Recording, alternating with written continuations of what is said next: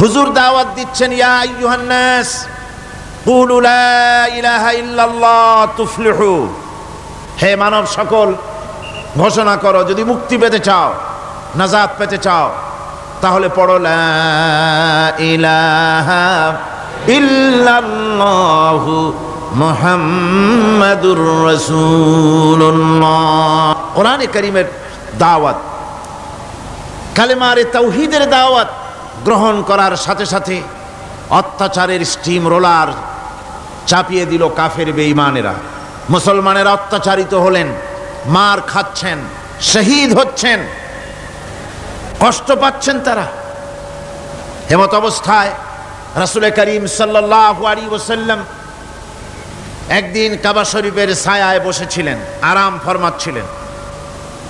এমন সময় হযরত খাব্বাব বিন আল আরিত রাদিয়াল্লাহু তাআলা আনহু সেখানে উপস্থিত হলেন। তিনি বলছেন, শাকাউনা ইলা রাসূলিল্লাহি সাল্লাল্লাহু আলাইহি ওয়াসাল্লাম ওয়া হুয়া মুতাওয়াসসিদুন বুরদাতুন ফি জিল্লিল কাবা।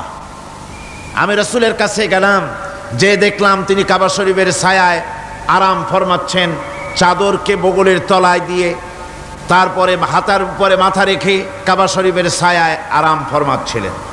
ফাকুলনা আলা তাস্তানসিরু লানা আলা তাদউ লানা ইয়া রাসূলুল্লাহ, হে আল্লাহর রাসূল, আপনি কি আমাদের জন্য আল্লাহর কাছে সাহায্য কামনা করবেন না? আপনি কি আল্লাহর কাছে আমাদের জন্য দোয়া করবেন না?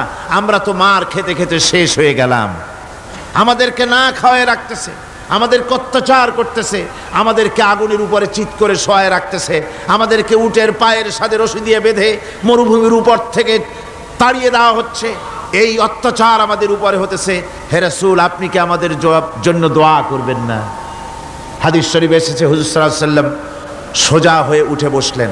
হুজুর বললেন, ও খাব্বাব, তোমাদের আগে এই জমিনে যারা দ্বীনের দাওয়াত নিয়ে এসেছিলেন, দ্বীনকে প্রতিষ্ঠিত করতে এসেছিলেন, তাদেরকে ওরা ধরত এবং তাদের জন্য মাটির ভিতরে গর্ত খনন করত, আর সেই গর্তের ভিতরে তাদেরকে কোমর পর্যন্ত গেড়ে দিয়ে তাদের মাথার উপরে, এরপরে সুম্মা ইউতা বিল মানশার, এরপরে করাত আনা হতো, ফায়ুদাউ আলা রাসিহি ফায়ুজআলু নিসফাইন, এরপরে সেই করাত দিয়ে তার মাথার উপরে চিরে জীবন্ত মানুষটাকে দ্বিখণ্ডিত করে ফেলানো হতো।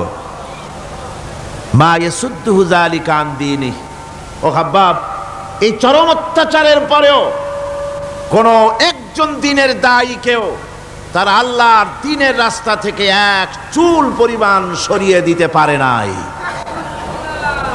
ওয়াল্লাহি খাব্বাব, আমি আল্লাহর নামে শপথ করছি, লা ইউতাম্মান্নাল্লাহু হাযাল আমরা হাত্তা ইয়াসিরা আর-রাকিবু মিন সানা ইলা হাদরামাউত। আমি আল্লাহর নামে কসম করে বলছি, সেদিন বেশি দূরে নয় যেদিন সানা থেকে হাজরামাউত পর্যন্ত লোকেরা চলাফেরা করবে, সওদাগরেরা যাবে, নারীরা চলবে, লা ইয়াখাফু ইল্লাল্লাহ, আল্লাহর ভয় ছাড়া মানুষের অন্তঃকরণে চোরের ভয়, ডাকাতের ভয়, জেনার ভয়, কোনো ভয় জনগণের কলিজায় আর থাকবে না। ভয় থাকবে একটাই, সে ভয় হবে কার? আরো জোরে বলুন, কার ভয়? শুধুমাত্র আল্লাহ সুবহানাহু ওয়া তাআলা, তার ভয় মানুষের অন্তঃকরণে থাকবে, আর কারো ভয় থাকবে না। ওয়ালাকিন্নাকুম তাস্তাজিলুন, আসলে তোমরা বড্ড তাড়াহুড়ো করছো। আমার বন্ধুগণ, আসুন কোরআনে কারীম থেকেই আমরা আলোচনা শুরু করি। আল্লাহ রাব্বুল আলামিন যে সূরা আমি আলোচনা করতেছিলাম, এই সূরা তো এক মহাসমুদ্র। পুরা কোরআন শরীফই, গোটা কোরআন শরীফকে আমি একটা সমুদ্রের সাথে তুলনা করতে পারি না। কোরআন শরীফকে আটলান্টিক মহাসাগরের সাথে আমি তুলনা করতে পারি না। আটলান্টিক মহাসমুদ্রের মতো কোরআন নয়, বরং কোরআনের এক একটা বিষয় পৃথিবীর সমস্ত সমুদ্র একত্রিত করলেও কোরআনের একটা বিষয়ের সমান হবে না। এত বিশাল কিতাব, আজিম কিতাব আল্লাহ পাক আমাদেরকে দান করেছেন। সুবহানাল্লাহি ওয়া বিহামদিহি। আসুন শয়তানের ওয়াসওয়াসা থেকে পানাহ চেয়ে নিই। আউযু বিল্লাহি মিনাশ শাইতানির রাজীম। বিসমিল্লাহির রাহমানির রাহিম। রাহিম। বিতাড়িত মরদুদ শয়তানের ওয়াসওয়াসা থেকে পানাহ চাই পরম করুণাময় আল্লাহ রাব্বুল আলামিনের নামে শুরু করছি। আর রাহমানু আল্লামাল কুরআন খালাকাল ইনসানা আল্লামাহুল বায়ান الشمس والقمر بحسبان والنجم والشجر يسجدان صدق الله العظيم। রহমান যিনি কোরআন শিক্ষা দিয়েছেন, আল্লামাল কোরআন, কোরআন শিক্ষা দিয়েছেন। প্রথম দিন আমি আপনাদের সামনে আলোচনা করেছিলাম আল্লাহ পাকের দয়া। সমগ্র বিশ্ব চলছে যার দয়ার উপরে, যার দয়া না হলে এক মুহূর্ত চলতে পারি না। সেই দয়াময় আল্লাহ রাব্বুল আলামিন বিশ্ববাসীর উপরে শ্রেষ্ঠ দয়া করেছেন, কোরআন শিক্ষা দিয়েছেন। সেই কোরআনের পরিচিতি আমি গতকাল আপনাদের সামনে বলেছি। আজকে বলবো এই কোরআনে কারীমের নাজিলের উদ্দেশ্য, কোরআনে কারীমের বৈশিষ্ট্য, কোরআনে কারীমের মর্যাদা। কোরআন এক বিশাল, কোরআন যেমন বিশাল তার আলোচনাও তেমন বিশাল।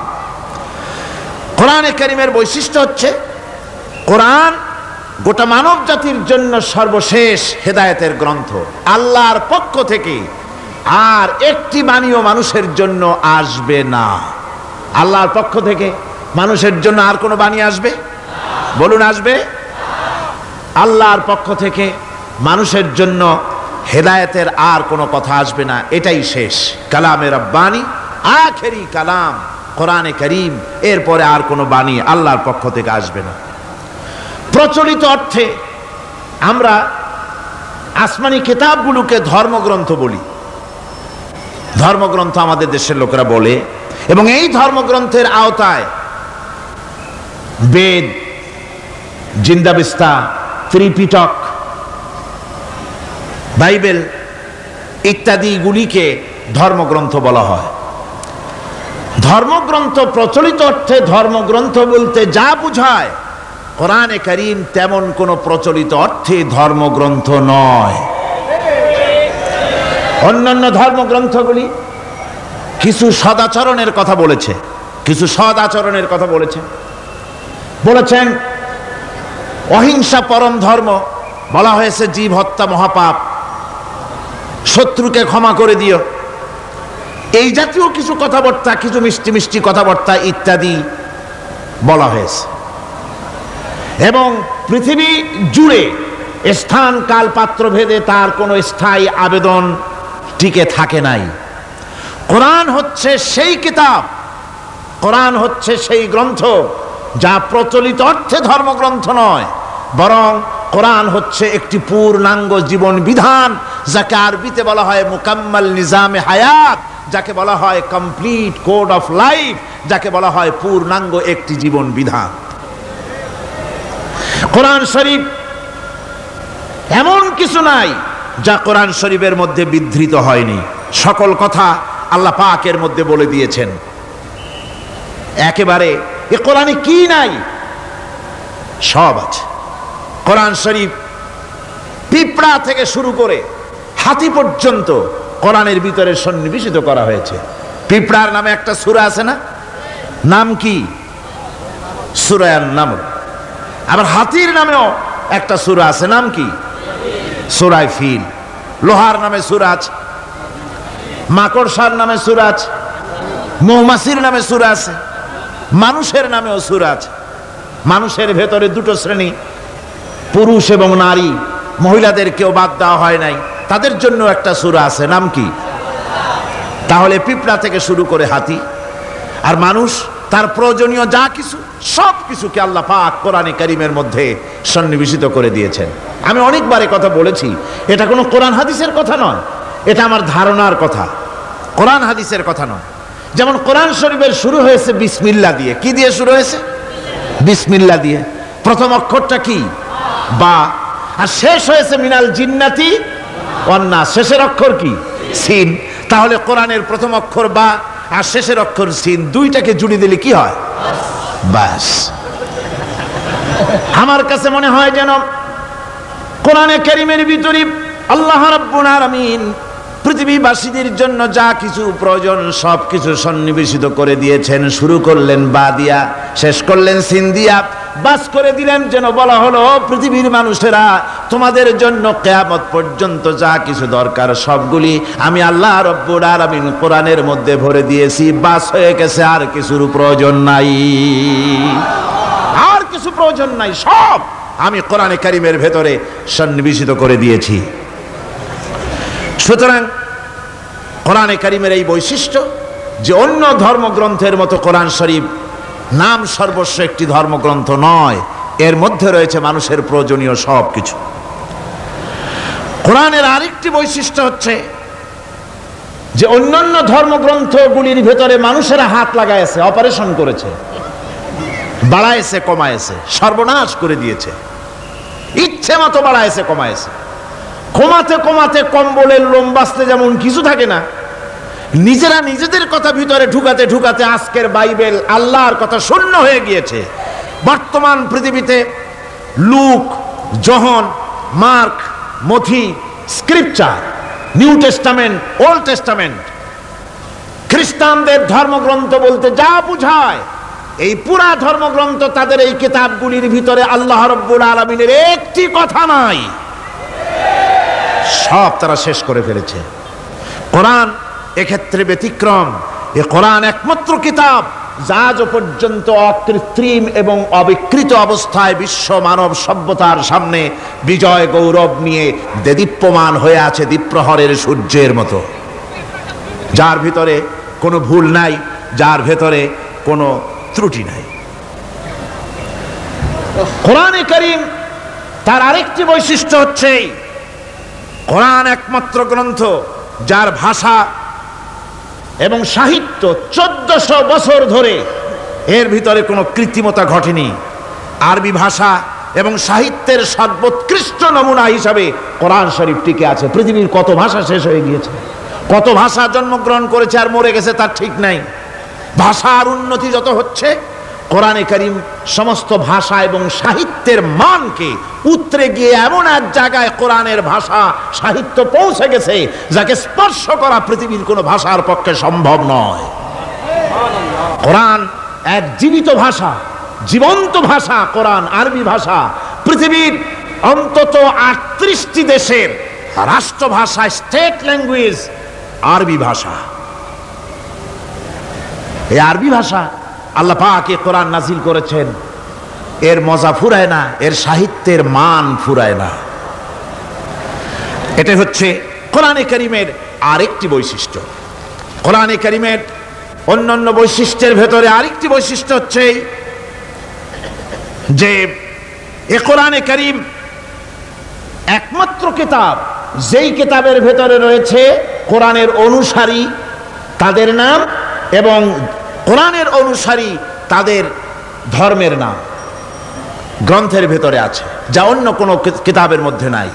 সেটা হচ্ছে আমরা যে মুসলমান তা কোথায় পেলাম? আমরা যে মুসলমান এই পরিচিতি কোথায় পেলাম? হুয়া সাম্মাকুমুল মুসলিমিন, এই মুসলমান নাম আল্লাহ কোরআন শরীফে ব্যবহার করেছেন। তিনি আমাদের নাম দিয়েছেন, আমরা মুসলমান। আমরা কি মুসলমান? আমাদের নাম এই কিতাবের মধ্যে রয়েছে। আমাদের জীবন ব্যবস্থার নাম, ধর্মের নামও ইন্নাদ-দীনা ইনদাল্লাহিল ইসলাম, ইসলামের নাম, মুসলমানের নাম কোরআনে কারীমের মধ্যে রয়েছে, যা অন্য কোনো ধর্মগ্রন্থের মধ্যে নাই।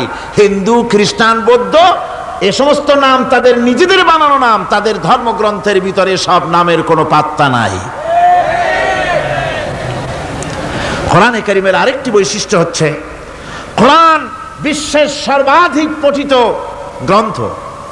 এত বেশি পড়া হয়েছে, এ কোরআন পড়া হচ্ছে, এত বেশি পৃথিবীর কোন বই আজ পর্যন্ত পড়া হয় নাই আর হবেও না।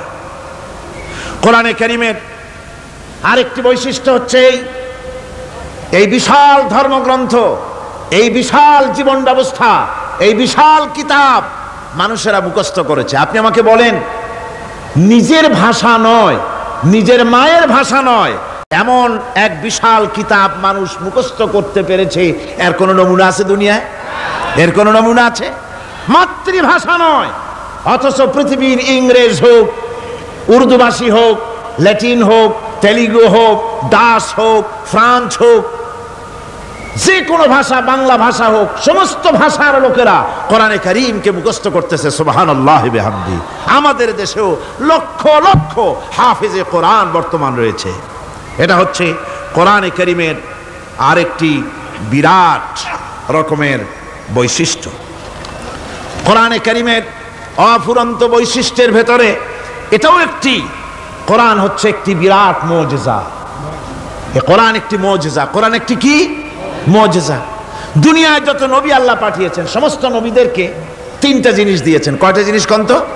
তিনটা। ওয়াহি, হুসনে খুলক আর মুজিজা। একটা হচ্ছে ওহী, আরেকটা হচ্ছে উন্নত মানের চরিত্র, আরেকটা হচ্ছে কি? মুজিজা। এই মুজিজা সকল নবীকে দেওয়া হয়েছে।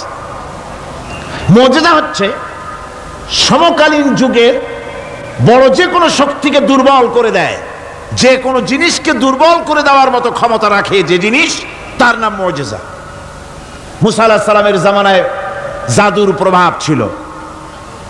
তখন আল্লাহ রাব্বুল আলামিন মুসা আলাইহিস সালামকে একটা মুজিজা দিলেন। কি দিলেন? আল্লাহ রাব্বুল আলামিন বললেন, ওয়ামা তিলকা বিয়ামিনিকা ইয়া মুসা। মুসা, তোমার ডান হাতে ওটা কি? তিনি বললেন, এটি একটি লাঠি। আল্লাহ পাক বললেন, লাঠি তো ঠিকই, কিন্তু এর মধ্যে আরো এক ক্ষমতা আছে, তুমি জানো না, লাঠিকে ফেলে দাও। লাঠি ফেলে দিলেন, কি হয়ে গেল? হিয়া হাইয়াতুন তাসআ। বিরাট এক সাপে পরিণত হয়ে গেল। এই সাপ নিয়ে, এই লাঠি নিয়ে তিনি জাদুকরদের মোকাবেলা করলেন। জাদুকরেরা বলল, আপনি আগে দেখাবেন জাদু না আমরা দেখাবো আগে? মুসা আলাইহিস সালাম বললেন, তোমরা আগে দেখাও। তারা জাদু মন্ত্র পুত করে আশেপাশের সব জিনিসগুলিকে বাঘ, সিংহ ইত্যাদি বানিয়ে ফেললো। এগুলি ঝাঁপিয়ে পড়লো মুসা আলাইহিস সালামের উপরে। ক্ষণিক সময়ের জন্য মুসা আলাইহিস সালাম ঘাবড়ে গেলেন। আল্লাহ রাব্বুল আলামিন হযরতে মুসাকে ডেকে বললেন, মুসা রে, ভয় পাওয়ার কোনো কারণ নাই। প্রতিষ্ঠিত একটি সরকারের বিরুদ্ধে তোমাকে নামায় দিয়া ময়দানে তোমাকে আমি একা ছেড়ে দেই নাই। আমি আল্লাহ রাব্বুল আলামিন তোমার সাথে আছি। হাতের লাঠি ছেড়ে দাও। মুসা আলাইহিস সালাম লাঠি ছেড়ে দিলেন। লাঠি সাপ হয়ে গেল। হা করলো। জাদুকরদের তৈরি করা সমস্ত বাঘ, সিংহ, সাপ মুসা আলাইহিস সালামের লাঠি মার্কা সাপের পেটের মধ্যে গিয়া ঢুকলো। জাদুকরেরা মনে করলো, আমরা যা দেখালাম তা তো জাদু, নিঃসন্দেহে। মুসা আলাইহিস সালাম যা দেখালেন তা নিঃসন্দেহে জাদু নয়, কারণ জাদু তো খেয়ে ফেলে দিয়েছে। কাজী জাদু যে জিনিসে খায় সেটা তো জাদু না, সেটা জাদুর বাবা অথবা দাদা। এটা ছিল মুসা আলাইহিস সালামের মুজিজা। হযরত দাউদ আলাইহিস সালামের মুজিজা ছিল, আল্লাহ রাব্বুল আলামিন তাকে মুজিজা দিয়েছিলেন, গলার সুন্দর আওয়াজ দিয়েছিলেন। তিনি যখন জাব্বুর শরীফ তেলাওয়াত করতেন, উড়ন্ত পাখিরা ওড়া বন্ধ করে চতুর্দিকে বসে আল্লাহর কালাম শুনত। তিনি লোহা দিয়ে অস্ত্র তৈরি করতেন। অস্ত্র বানাবার সময় আগুন দিয়ে লোহা পোড়ায় অস্ত্র বানাতে হয়। দাউদ আলাইহিস সালামের তার প্রয়োজন ছিল না। তিনি যখন লোহা হাতির ভিতরে নিয়ে চাপ দিতেন, লোহা পানি হয়ে আঙ্গুলের ফাঁক দিয়ে গলে পড়ে যেত। এটা ছিল তার মুজিজা। হযরত সুলাইমান, আল্লাহ রাব্বুল আলামিন তাকে মুজিজা দান করলেন। কোরআনে কারীমের ভিতরে রব্বুল আলামিন বলেন, হযরত সুলাইমান আলাইহিস সালাম সকাল বেলায় বিনা মেশিনে, বিনা ইঞ্জিনে তক্তার উপরে বসে যেতেন। তক্তা 1 মাসের পথ অতিক্রম করত। আবার সন্ধ্যা বেলায় বসতেন, এই তক্তা আর 1 মাসের পথ অতিক্রম করে যেত। ঈসা আলাইহিস সালামের মুজিজা ছিল, জন্মান্ধের চোখের উপরে হাত বুলিয়ে দিতেন, সঙ্গে সঙ্গে চোখ ভালো হয়ে যেত। কুষ্ঠব্যাধিগ্রস্ত লোকের গায়ে হাত বুলাতেন, সঙ্গে সঙ্গে কুষ্ঠব্যাধি ভালো হয়ে যেত। এই হলো তাদের মুজিজা। পয়গম্বরেরা বিদায় হয়ে গেলেন, মুজিজা বিদায় হয়ে গেল। দাউদ আলাইহিস সালাম বিদায় হলেন, মুজিজার সাথে নিয়ে গেলেন। তার উম্মতেরা ওই লোহাগুলি আর কেউ গলাতে পারে নাই, আজও কেউ গলাতে পারে না, হাত দিয়া চেপে ধরে। সুলাইমান আলাইহিস সালাম দুনিয়া থেকে বিদায় হয়ে গেছেন, মুজিজা নিয়ে কবরে চলে গেছেন। আজ আর তার অনুসারীরা অথবা দুনিয়ার কোন মানুষ বিনা ইঞ্জিনে তক্তায় বসে আর হাওয়ায় উঠতে পারবে না। মুসা আলাইহিস সালাম বিদায় হলেন, লাঠির মুজিজা চলে গেল। তার উম্মতেরা, তার অনুসারীরা কিয়ামত পর্যন্ত যদি 1000 চেষ্টা চালায়, লাঠিকে আর কোনোদিন সাপে পরিণত করতে পারবে না। ঈসা আলাইহিস সালাম আল্লাহ রাব্বুল আলামিন তাকে উঠায় নিলেন, মুজিজা তিনি সাথে নিয়ে গেলেন। আজ তার কোটি কোটি শত শত কোটি উম্মতেরা, দুনিয়া যারা তার উম্মত দাবি করে খ্রিস্টানেরা, হাজারো যদি চেষ্টা চালায় তবুও জন্মদের চোখের উপরে হাত বুলিয়ে চোখ আর ভালো করতে পারবে না। কুষ্ঠবেদীগ্রস্ত লোকের গায়ে হাত বুলিয়ে কুষ্ঠবেদী ভালো করতে পারবে না। তার মানে হলো নবীরা যে যা যত মুজিজা পেয়েছিলেন, জীবদ্দশায় মুজিজা কাজে লেগেছে, দুনিয়া থেকে বিদায় হয়েছেন মুজিজার সাথে নিয়ে গেছেন। কিন্তু আপনার আমার নবী, বিশ্ব নবী জনাব মুহাম্মদ রাসূলুল্লাহ সাল্লাল্লাহু আলাইহি ওয়াসাল্লামের কাছে আল্লাহ রাব্বুল আলামিন তাকে যত মুজিজা দিয়েছিলেন, 3000-এর উপরে আল্লাহর নবীর মুজিজা ঘটেছিল 23 বছরের নবুয়তের জীবনে। তার মধ্যে শ্রেষ্ঠ মুজিজা হতেছে কোরআন মাজিদ। আল্লাহর নবী বিদায় হয়ে গেলেন, মুজিজা সাথে নিয়ে যান নাই, মুজিজা রেখে গেলেন দুনিয়ায়। কিয়ামত পর্যন্ত দুনিয়াবাসী নবীর উম্মতেরা কোরআনের মুজিজা ব্যবহার করতে পারবে। এই কোরআনে কারীম রাসূল কারীম সাল্লাল্লাহু আলাইহি সাল্লামের জীবনের শ্রেষ্ঠ মুজিজা। মানুষ পাগল হয়ে গেছে কোরআন শুনে। সুতরাং এই কোরআনের বৈশিষ্ট্য সকল দিক থেকে এক অপূর্ব একটি কিতাবে পরিণত করেছে, যা মানুষকে চিরকাল বিস্ময় হতবাক করে দিয়েছে। কোরআনের আরেকটি বৈশিষ্ট্য হচ্ছে, এই কোরআন এক সময় নাজিল হয় নাই। 30 পারা কোরআন শরীফ একসাথে নাজিল হয়েছে না, কোরআন নাজিল হয়েছে আস্তে আস্তে ধীরে ধীরে। কত বছর লাগলো? 23 বছরেরও কিছু বেশি সময় ধরে কোরআন ধীরে ধীরে রাসূল কারীম সাল্লাল্লাহু আলাইহি সাল্লামের কাছে অবতীর্ণ হয়েছে। এমনটি আর কোনো কিতাব হয়নি, যা আর কোনো ধর্মগ্রন্থ যারা অন্যরা দাবি করে এরকম হয়নি। কোরআনে কারীমের আরেকটি বৈশিষ্ট্য হচ্ছে, যখন কাগজ ছিল না, ছাপাখানা ছিল না, এমনকি টেপ রেকর্ডার ছিল না, তখনকার নাজিলকৃত কিতাব যেভাবে নাজিল হয়েছিল সেইভাবে আজ পর্যন্ত অবিকল টিকে আছে, টিকে থাকবে ইলা ইয়াউমিল কিয়ামা। কিয়ামত পর্যন্ত কোরআনে কারীমের এই অকৃত্রিম অবিকৃত অবস্থায় কোরআনে কারীমের এই শান, এই বরকত টিকে থাকবে। এই জন্য কোরআন শরীফ হচ্ছে এই পৃথিবীর মহাবিশ্বের মহাবিস্ময়। কোরআন হচ্ছে পৃথিবীর মহাবিশ্বের মহাবিস্ময়। এর মর্যাদা সম্পর্কে রাসূল কারীম সাল্লাল্লাহু আলাইহি ওয়াসাল্লাম বলেছেন, ওয়ান উসমান রাদিয়াল্লাহু তাআলা আনহু আন্নাহু قال قال رسول الله صلى الله عليه وسلم خيركم من تعلم القرآن وعلمه رواه البخاري। আল্লাহর নবী বলেন, তোমাদের মধ্যে সর্বোত্তম ব্যক্তি সেই, তোমাদের ভিতরে ভালো ব্যক্তি, উত্তম ব্যক্তি সেই যে ব্যক্তি নিজে কোরআন শেখে আর অন্যকে শেখায়। কোরআন যে শেখে আর অন্যকে যে শিখায়, সেই ব্যক্তি হলো তোমাদের মধ্যে সর্বোত্তম ব্যক্তি, ভালো ব্যক্তি। সুবহানাল্লাহ পড়েন।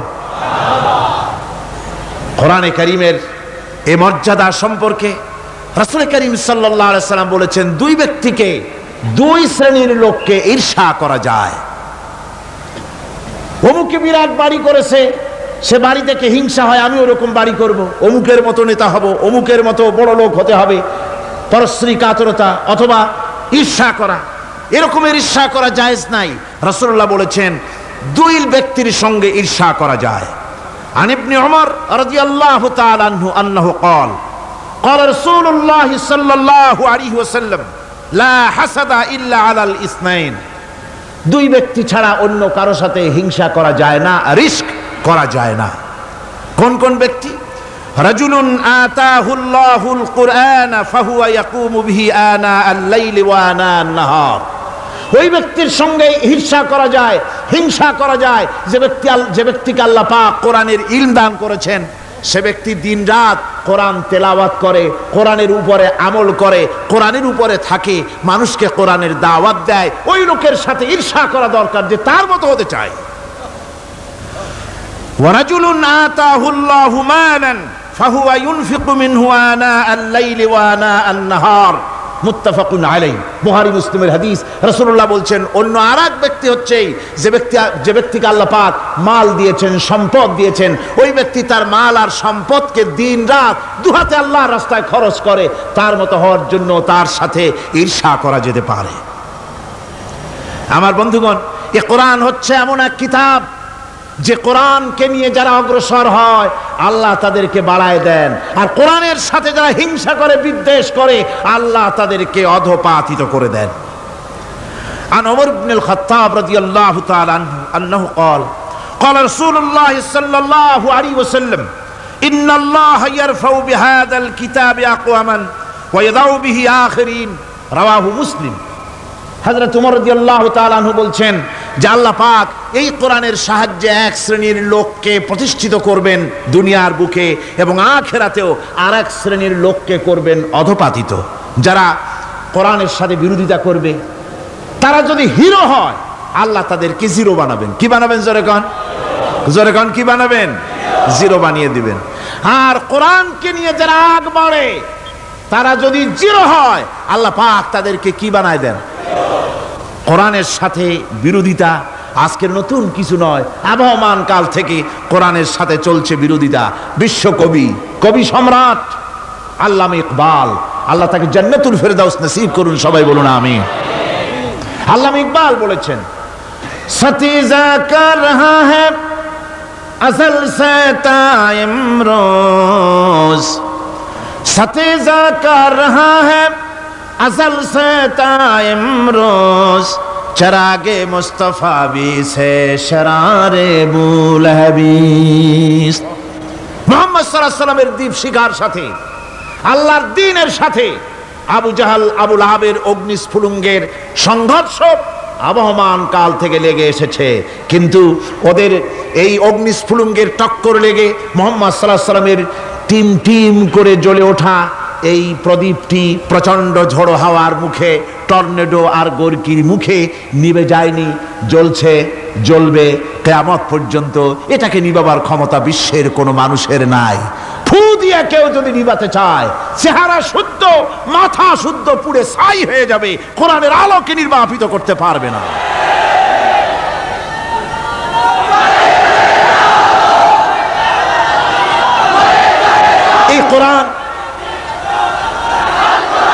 এই কোরআন যার সিনার ভিতরে থাকে, যার সিনার মধ্যে থাকে, সে হয় সমৃদ্ধ, আর যার সিনার মধ্যে থাকে না সে হয় সবচাইতে ফকির আর এতিম। আল্লাহর নবী বলেছেন, ইন্নাল্লাযী লাইসা ফি জাওফিহি শাইউম মিনাল কুরআনি কাল বাইতিল খারিব, যেই দেহের ভিতরে কোরআন নাই, যেই দেহের ভিতরে, যেই সিনার ভিতরে কোরআন নাই, ওই মানুষটা হতেছে একটা সাড়া বাড়ির মতো, একটা উজাড় বাড়ির মতো, বিরান বাড়ির মতো। বিরান বাড়িতে কি থাকে? সাড়া বাড়িতে কি থাকে? কি কয়? না না, ভূত কিসের? খামোখাই ভয় পান আপনারা। ভূত বলে কিছু নাই। হ্যাঁ, শয়তান থাকে, জিন থাকে, তারপরে ওর মধ্যে আর কি থাকে? উতুম পেঁচা থাকে, ইঁদুর থাকে, তেলাপোকা থাকে, উই পোকা থাকে, বাঁদর থাকে, উল্লুক থাকে, সাপ থাকে। রাসূলুল্লাহর কথা দেখেন, কি সুন্দর কথা, সুবহানাল্লাহ সুবহানাল্লাহ। যে দেহের ভিতরে কোরআন নাই, সারা বাড়িতে যা থাকে, পুরো বাড়িতে যা থাকে, বিরান বাড়িতে যা থাকে, যে দেহে কোরআন নাই সেই দেহের মধ্যে তাই থাকে। আজ দেখুন বাংলাদেশের শিক্ষাঙ্গনে, কলেজ ইউনিভার্সিটিগুলিতে কোরআন পড়ানো হয় না, বলেন ঠিক কিনা? আমাদের বিশ্ববিদ্যালয়গুলিতে কোরআন পড়ানো হয়, তাফসীর পড়ানো হয়, হাদিস পড়ানো হয়, হয় না। হাদিস, কোরআন, আল্লাহর কালাম পড়ানো হয় না বলে অবস্থা কি হয়েছে? হাদিস থেকে মিলায় নেন, ইন্নাল্লাযী লাইসা ফি জাওফিহি শাইউম মিনাল কুরআনি কাল বাইতিল খারিব, কোরআন নাই তো সারা বাড়ি, কোরআন নাই তো কি আছে? যে ঘরের মধ্যে মানুষ নাই, উল্লুক থাকে, ভাল্লুক থাকে, শয়তান থাকে, তেলাপোকা থাকে, সারপোকা থাকে, হিংস্র প্রাণী ভরপুর থাকে। যে শিক্ষা প্রতিষ্ঠানে কোরআন পড়ানো হয় না, সেখানেও সন্ত্রাসীরা বাস করতে পারে, ভালো মানুষ টিকতে পারে না।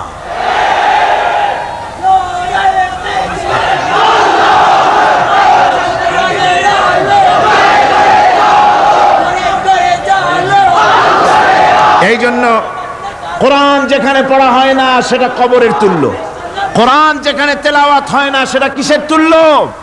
কবরের তুল্য। আল্লাহ নবী বলেছেন, আনাবি হুরায়রা রাদিয়াল্লাহু তাআলা আনহু আন্নাহু ক্বাল ক্বাল রাসূলুল্লাহ সাল্লাল্লাহু আলাইহি ওয়াসাল্লাম লা তাজআলু বুয়ুতাকুম মাকাবির, রাওয়াহু মুসলিম। আল্লাহ নবী বলেন, তোমাদের ঘরগুলিকে তোমরা কবর বানায়ো না। অর্থাৎ যে ঘরের মধ্যে কোরআনে কারীম তেলাওয়াত হয় না সেটা কবরের সমতুল্য, কবরের সমতুল্য। আগে আমাদের ঘর সমূহে যখন ছোট ছিলাম তখন দেখতাম ঘরে ঘরে কোরআন তেলাওয়াত হতো, ঠিক না? প্রত্যেকটা ঘরের জানালা দিয়া সকালবেলা আওয়াজ আসতো, আউযু বিল্লাহি মিনাশ শাইতানির রাজিম, বিসমিল্লাহির রহমানির রহিম, তেলাওয়াতের আওয়াজ ভেসে আসতো। আজ আর এই অবস্থা নাই। আজ ভদ্রলোকের বাড়ির সামনে দিয়ে হেঁটে যাবেন, সকালবেলা কিসের তেলাওয়াত? জনমের ঘুম ঘুমায়, পাইকারি দরে ঘুমায়, ফজরের নামাজ নাই। শহরের অবস্থা, অধিকাংশ বাড়িতে ফজরের নামাজ হয় না। ডিসেন্টিনার মাধ্যমে, আগে তো শুধু বাংলাদেশের ছবি, ডিসেন্টিনার মাধ্যমে সারা পৃথিবীর শয়তানি আর বদমাশি ঘরে বসে গেলা যায়। উপকারিতা এবং অপকারিতা দুটোই আছে। নিউজ দেখা যায়, সাথে সাথে আবার নিউজের সাথে আরো বাজে কিছু দেখা যায়। এগুলো দেখতে দেখতে রাত শেষ হয়ে আসে, ঘুমায় জনমের মতো, এক ঘুমে বেলা 9টা আর 10টা। কিসের ফজরের নামাজ আর কি এর কোরআন শরীফ তেলাওয়াত করা?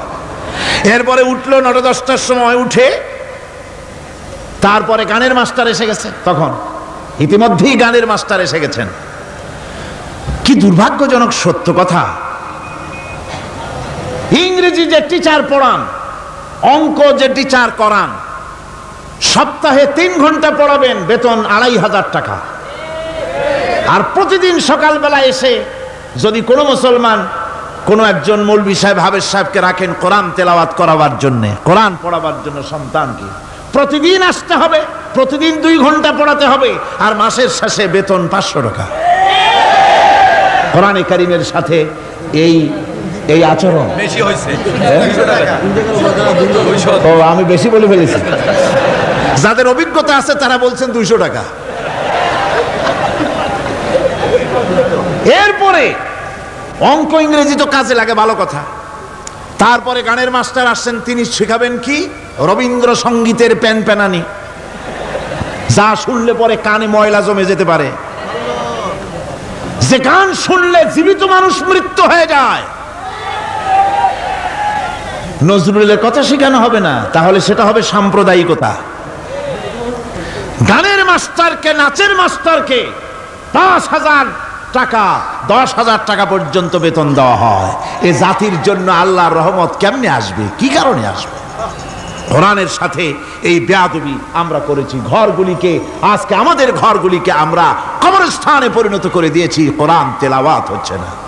আমার বন্ধুগণ, কোরআন তেলাওয়াত করুন, বেশি বেশি তেলাওয়াত করুন, ঘরকে জীবিত করুন, সন্তানকে তেলাওয়াত করান, আপনি নিজেও তেলাওয়াত করেন। কোরআনে কারীম যারা তেলাওয়াত করবেন তাদের সম্পর্কে আল্লাহর নবী বলেন, মান ক্বারাআল কুরআনা ফাস্তাযহারাহু ফাহাল্লা হালালাহু ওয়া হাররামা হারামাহু আদখালাহুল্লাহুল জান্নাহ। আল্লাহর নবী বলেন, যে ব্যক্তি কোরআন শরীফ তেলাওয়াত করবে এবং কোরআনের হালাল অনুযায়ী হালালকে মেনে চলবে, হারাম অনুযায়ী হারাম থেকে ফিরে থাকবে, এরকম কোরআনের উপরে যে তেলাওয়াত করবে আর আমল করবে, আল্লাহ রাব্বুল আলামিন কিয়ামতের দিন তাকে জান্নাতের ভিতরে প্রবেশ করাবেন। শুধু বেহেশতে যাবে না, ওয়া শাফাহু ফি হাশরাতিন মিন আহলি বাইতিহি কুল্লুহুম কাদ ওয়াজাবাত লাহুন নার। নবীজি বলেন এই কোরআনে কারীমের বরকতে কিয়ামতের দিন ওই ব্যক্তি তার রক্ত সম্পর্কিত 10 জন আত্মীয়ের ব্যাপারে সুপারিশ করার জন্য তৌফিক পাবে আল্লাহর দরবারে। এমন 10 ব্যক্তি, যেই 10 ব্যক্তির জন্য হিসাবের পরে জাহান্নাম ওয়াজিব হয়ে গিয়েছিল, এমন 10 ব্যক্তি সম্পর্কে কোরআনের তেলাওয়াতকারী আর আমলকারী আল্লাহর দরবারে সুপারিশ করার জন্য পারমিশন পাবেন। এমন নিয়ামত, সেই নিয়ামত থেকে আমরা বঞ্চিত হয়ে যাচ্ছি। আমি বলি না যে আপনারা কলেজ ইউনিভার্সিটিতে ছেলেদের পড়তে দিবেন না, আমি তা বলি না। তারা কলেজ ইউনিভার্সিটিতে বিলক্ষণ পড়াশোনা করুক, কিন্তু তাদেরকে কোরআন শরীফ শিখান। লক্ষ লক্ষ টাকা খরচ করলেন ছেলের পেছনে, কিন্তু কোরআন শিখালেন না। আপনি মরে গেলে আপনার জানাজাটা পড়বে, এ তৌফিকও সে পেল না।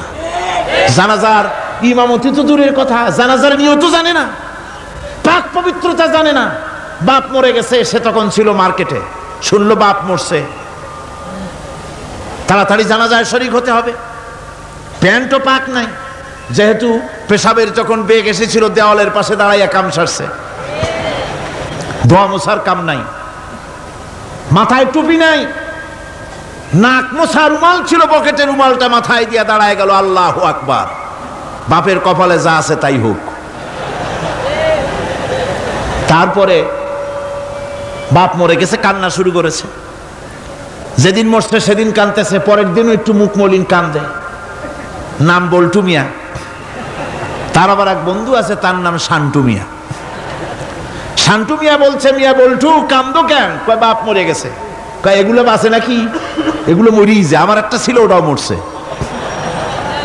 চিরকাল কারো বাপ থাকে না, সুতরাং এত মন খারাপ কেন? আসো, ইন্ডিয়া থেকে ভালো একটা বই আসছে, সেইটা দেখে এত আনন্দ পাবে। বাপ তো বাপ, 14 গোষ্ঠী মরলেও মনের দুঃখ মুছে যাবে। এরপরে বাড়ি এনে তাকে সিনেমার ছবি দেখানো হলো। ছবি সে দেখলো, ফেরার সময় বাপের কবরের কাছ থেকে যাওয়ার সময় দাঁড়িয়ে গেল ক্ষণিকের জন্য। আহারে বাপ, বিদায় হয়ে গেলা, কি দেব তোমারে? কিছু তো নাই আমার কাছে, তাই সারা রাত ধরে যা কিছু দেখলাম এগুলি তোমার আমল নামায় দিয়ে গেলাম। জোরে কর নাউজুবিল্লাহ। আমি সমস্ত পিতাদেরকে বলতে চাই, সন্তানদেরকে কোরআন শিখান, কাজে লাগবে। কোরআন শিখালে কাজে লাগবে। কোরআন শরীফ মুখস্থ করে, বেশি করে মুখস্থ করেন কোরআনে কারীম, আপনার ফায়দা হবে।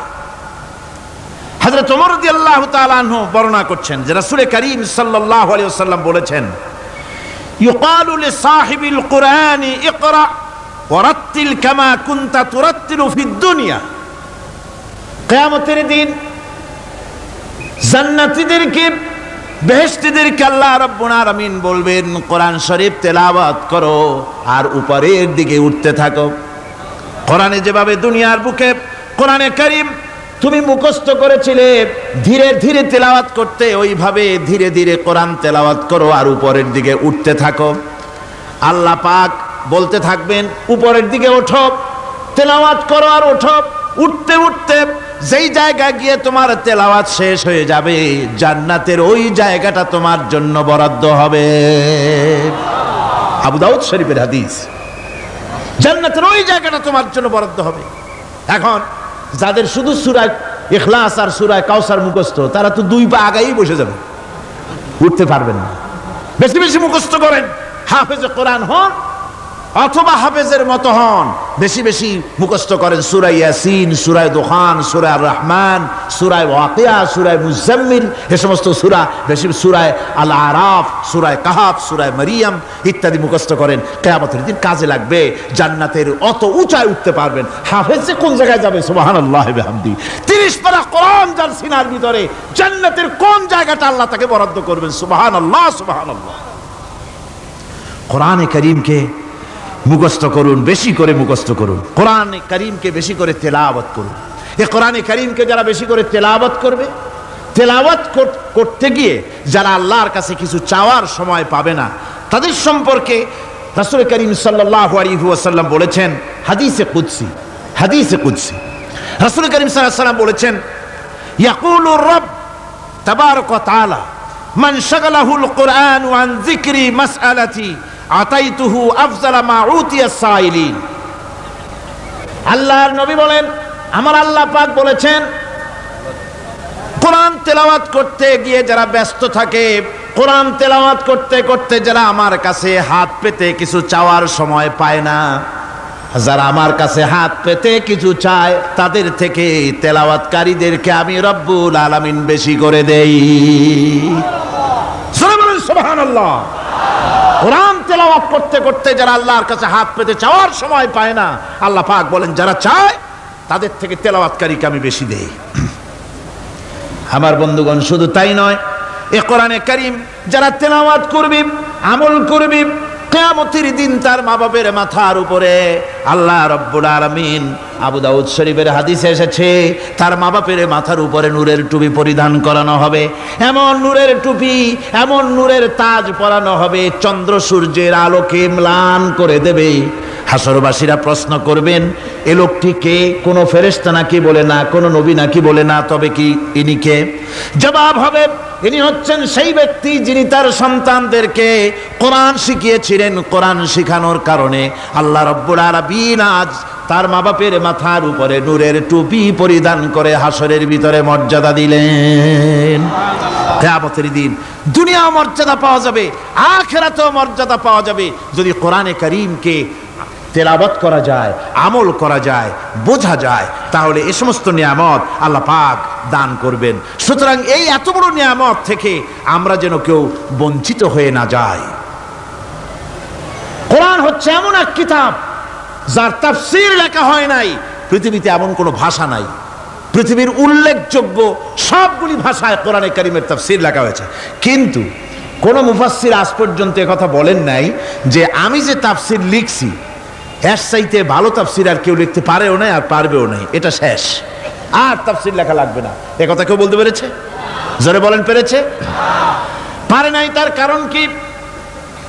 আল্লাহ রাব্বুল আলামিন বলেন, قُلْ لَوْ كَانَ الْبَحْرُ مِدَادًا لِكَلِمَاتِ رَبِّي لَنَفِدَ الْبَحْرُ قَبْلَ أَن تَنفَدَ كَلِمَاتُ رَبِّي وَلَوْ جِئْنَا بِمِثْلِهِ مَدَدًا।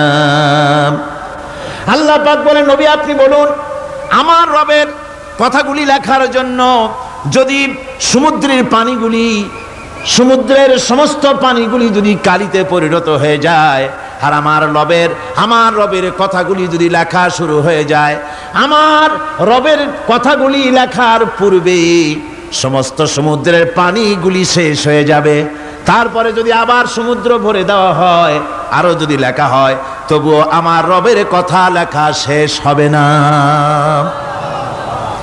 আল্লাহ রাব্বুল আলামিন বলেন, وَلَوْ أَنَّ مَا فِي الْأَرْضِ مِنْ شَجَرَةٍ أَقْلَامٌ وَالْبَحْرُ يَمُدُّهُ مِنْ بَعْدِهِ سَبْعَةُ أَبْحُرٍ مَا نَفِدَتْ كَلِمَةُ اللَّهِ। আল্লাহ রাব্বুল আলামিন বলেন, মা নাফিদাত কালিমাতুল্লাহ। আল্লাহ পাক বলেন, 7টা সমুদ্রের পানি যদি একত্রিত করা হয়, 7টা সমুদ্রের পানি যদি এক জায়গায় করা হয়, এই পানিগুলি যদি কালিতে পরিণত হয়ে যায়, আর পৃথিবীর সমস্ত গাছগুলি যদি কলমে পরিণত হয়ে যায়, ওই গাছগুলি দিয়ে যদি ওই পানি রূপ কালি দিয়ে আমার প্রভুর কথা, আল্লাহ রাব্বুল আলামিনের কোরআনের কথা যদি লেখা শুরু হয়ে যায়, লিখতে লিখতে সমস্ত পানিগুলি, গাছগুলি শেষ হয়ে যাবে, আল্লাহ পাকের কালামের ব্যাখ্যা লেখা শেষ হবে না। মা নাফিদাত কালিমাতুল্লাহ, আল্লাহর কথা লেখা শেষ হবে না। এত বড় বিরাট আজিম কিতাব আল্লাহ পাক আমাদেরকে দান করেছেন। সুবহানাল্লাহ পড়েন। এই কিতাবের এত বড় গুরুভার আল্লাহ রাব্বুল আলামিন বলেছেন, লাউ আনজালনা হাযাল কুরআন আলা জাবালিন লারাআইতাহু খাশিআম মুতাসাদ্দিআম মিন খাশিয়াতিল্লাহ। আমি যদি এই কোরআনকে পর্বতের উপরে নাজিল করতাম, তাহলে তুমি দেখতে পেতে আমার ভয় ভীত সন্ত্রস্ত হয়ে পাহাড়গুলো চূর্ণ বিচূর্ণ হয়ে যেত। এত বড় আসিম কিতাব আমি তোমাদেরকে দান করেছি, যার গুরুভার বহন করতে কেউ রাজি হয়নি, পাহাড় পর্বত কেউ রাজি হয়নি, মানুষ রাজি হয়েছে। এই মানুষের উপরে আমি এটা অবতীর্ণ করেছি, গোটা বিশ্ববাসীর সামনে এই কিতাব আমি দিয়েছি তোমাদেরকে, এর দ্বারা হেদায়েত তোমরা গ্রহণ করবে। কিয়ামতের দিন আল্লাহর এই বিরাট নিয়ামত আমাদেরকে দান করলেন, আমরা এই নিয়ামতের নাশকর করেছি। অর্থাৎ এই কোরআনকে আমরা ব্যবহার করেছি, সঠিকভাবে করি নাই, বেঠিকভাবে করেছি। প্রথম দিন দ্বিতীয় দিন আমি বলেছি কোরআন শরীফকে শুধু তাবিজ তুমারের জন্য, শুধু সওয়াবের জন্য তেলাওয়াত করেছি। আসলে শুধু সওয়াবের জন্য তো আসেনি কোরআন। কোরআন বুঝতে হবে, আমল করতে হবে, তবে না শান্তি পাবো। আপনি যদি কোরআন হচ্ছে মানুষের জীবন সমস্যার সমাধানের গ্রন্থ। ওষুধ খেলে রোগ ভালো হয়। ওষুধ খেলে কি হয়? কেউ যদি সকাল বেলায় তসবিহ হাতে নিয়ে 500 বার পড়ে ওষুধ ওষুধ ওষুধ, 500 বার পড়লো, রোগ কি ভালো হবে? বরং রোগ আরো বাড়তে পারে চিল্লাইতে চিল্লাইতে। শীতের জন্য লেপ গায়ে গায়ে না দিয়া কেউ যদি চিল্লাইতে থাকে, জিকির করে লেপ্তশোক লেপ্তশোক লেপ্তশোক, শীত কি বন্ধ হবে নাকি? পানির পিপাসায় ছটফট করে মানুষ যদি চিল্লায় পানি পানি পানি পানি পানি, পানির পিপাসা আরো বাড়বে। তাহলে কি বোঝা গেল? পিপাসা লাগলে পানি পান করতে হবে, শীত লাগলে কম্বলটা গায়ে দিতে হবে, রোগ হলে ওষুধটা খেতে হবে, তাহলে সব সমস্যার সমাধান হবে। অনুরূপভাবে আমরা শুধু কোরআনে কারীমকে তেলাওয়াত করি সওয়াবের নিয়তে, তার হুকুমগুলি জীবনের উপরে আমল করি না বলে আজকের জীবন আমাদের বিপর্যস্ত হয়েছে। ব্যক্তিতে, পরিবারে, রাষ্ট্রে শান্তি নাই, কোথাও শান্তি নাই এই কারণে। আর কিয়ামতের দিন রাসূল আসামি করবেন তাদেরকে যারা কোরআন অমান্য করেছে। রাসূল হবেন বাদী। বাদী হবেন কে? যারা বলেন কে বাদী হবেন? রাসূল। আসামি হবে কারা? যারা কোরআন ছেড়ে দিয়েছে। আল্লাহ রাব্বুল আলামিন বলেন وقال الرسول يا رب إن قوم اتخذوا هذا القرآن مهجورا। কিয়ামতের দিন রাসূল আল্লাহর দরবারে ফরিয়াদ করবেন, আয় আমার রব, আয় আমার আল্লাহ তাআলা, এই সমস্ত লোকগুলি তোমার কালামকে, তোমার কোরআনকে অপ্রয়োজনীয় জিনিস বলে তারা পরিত্যাগ করেছিল। আমার বন্ধুগণ, কিয়ামতের দিন যখন এরা উপস্থিত হবে আল্লাহর দরবারে, আল্লাহ রাব্বুল আলামিন কোরআনের সাথে যারা ঠাট্টা করেছে, বিদ্রূপ করেছে, কোরআনের আইনকে নিয়ে যারা ঠাট্টা বিদ্রূপ মজাক উড়াইছে, কিয়ামতের দিন তাদেরকে বলা হবে ওয়াকিলাল ইয়াউমা নানসাকুম কামা নাসিতুম লিকা ইয়াউমিকুম হাযা।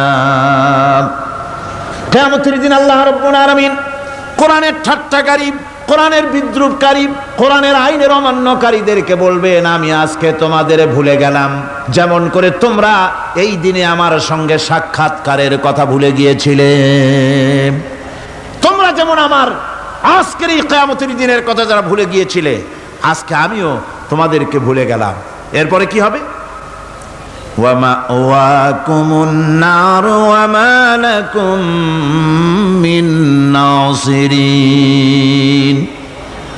আল্লাহ পাক বলেন এরপরে এদের জায়গা হবে জাহান্নাম, আর এদের সাহায্যকারীও কেউ থাকবে না, জাহান্নামে চিরকাল থাকতে হবে।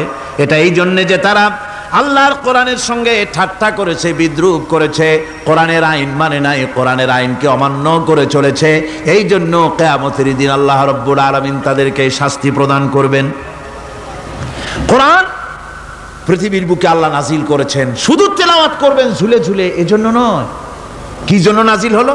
এবার উদ্দেশ্য শুনুন। আল্লাহ পাক বলেন আর রহমান আল্লামাল কুরআন। আল্লাহ রাব্বুল আলামিন তিনি হলেন এমন দয়াবান, এমন রহমান, যিনি কোরআন শিখালেন। কি কারণে শিখালেন? কোরআন নাজিলের উদ্দেশ্য কি? আল্লাহ পাক বলেন ইন্না আনজালনা ইলাইকাল কিতাবা বিল হাক্কি লিতাহকুমা বাইনান নাসি বিমা আরাকাল্লাহ। আল্লাহ পাক বলেন এই কিতাব আমি আপনার প্রতি অবতীর্ণ করেছি এই জন্যে যাতে করে আপনি আল্লাহর প্রদর্শিত এই বিধান অনুযায়ী মানুষের উপরে বিচার ফয়সালা করতে পারেন। মানুষের উপরে আইন চলবে আল্লাহ। কার আইন? জোরে বলেন কার আইন? আলা লাহুল খালক ওয়াল আমর। সৃষ্টিজাত আইন চলবে কার? আল্লাহ পাক বলেন এই জন্য নাজিল করলাম। কোরআন নাজিল করেছি যাতে করে কোরআনের আইন দিয়ে বিচার ফয়সালা করতে পারেন, সেই জন্যই কোরআন নাজিল করলাম। আসলে আল্লাহর নবীর এই পৃথিবীতে আগমনের উদ্দেশ্য ওটাই ছিল। হুয়াল্লাযী আরসালা রাসূলাহু বিল হুদা ওয়া দীনিল হক লিইয়ুযহিরাহু আলাদ-দীনি কুল্লিহি ওয়া কাফা বিল্লাহি শাহীদা। আল্লাহ রাব্বুল আলামিন বলেন, আমি আমার রাসূলকে দ্বীনে হক সত্যের বিধান সহকারে দুনিয়ায় প্রেরণ করেছি। লিইয়ুযহিরাহু আলাদ-দীনি কুল্লিহি আয় লিইয়ুগলিবাহু আলা সাইরিল আদিয়ান, সমস্ত আদিয়ানে বাতিলার উপরে আমার দ্বীনকে বিজয়ী করে দেওয়ার জন্য আমি রাসূলের কাছে কিতাব সহকারে তাকে অবতীর্ণ করেছি।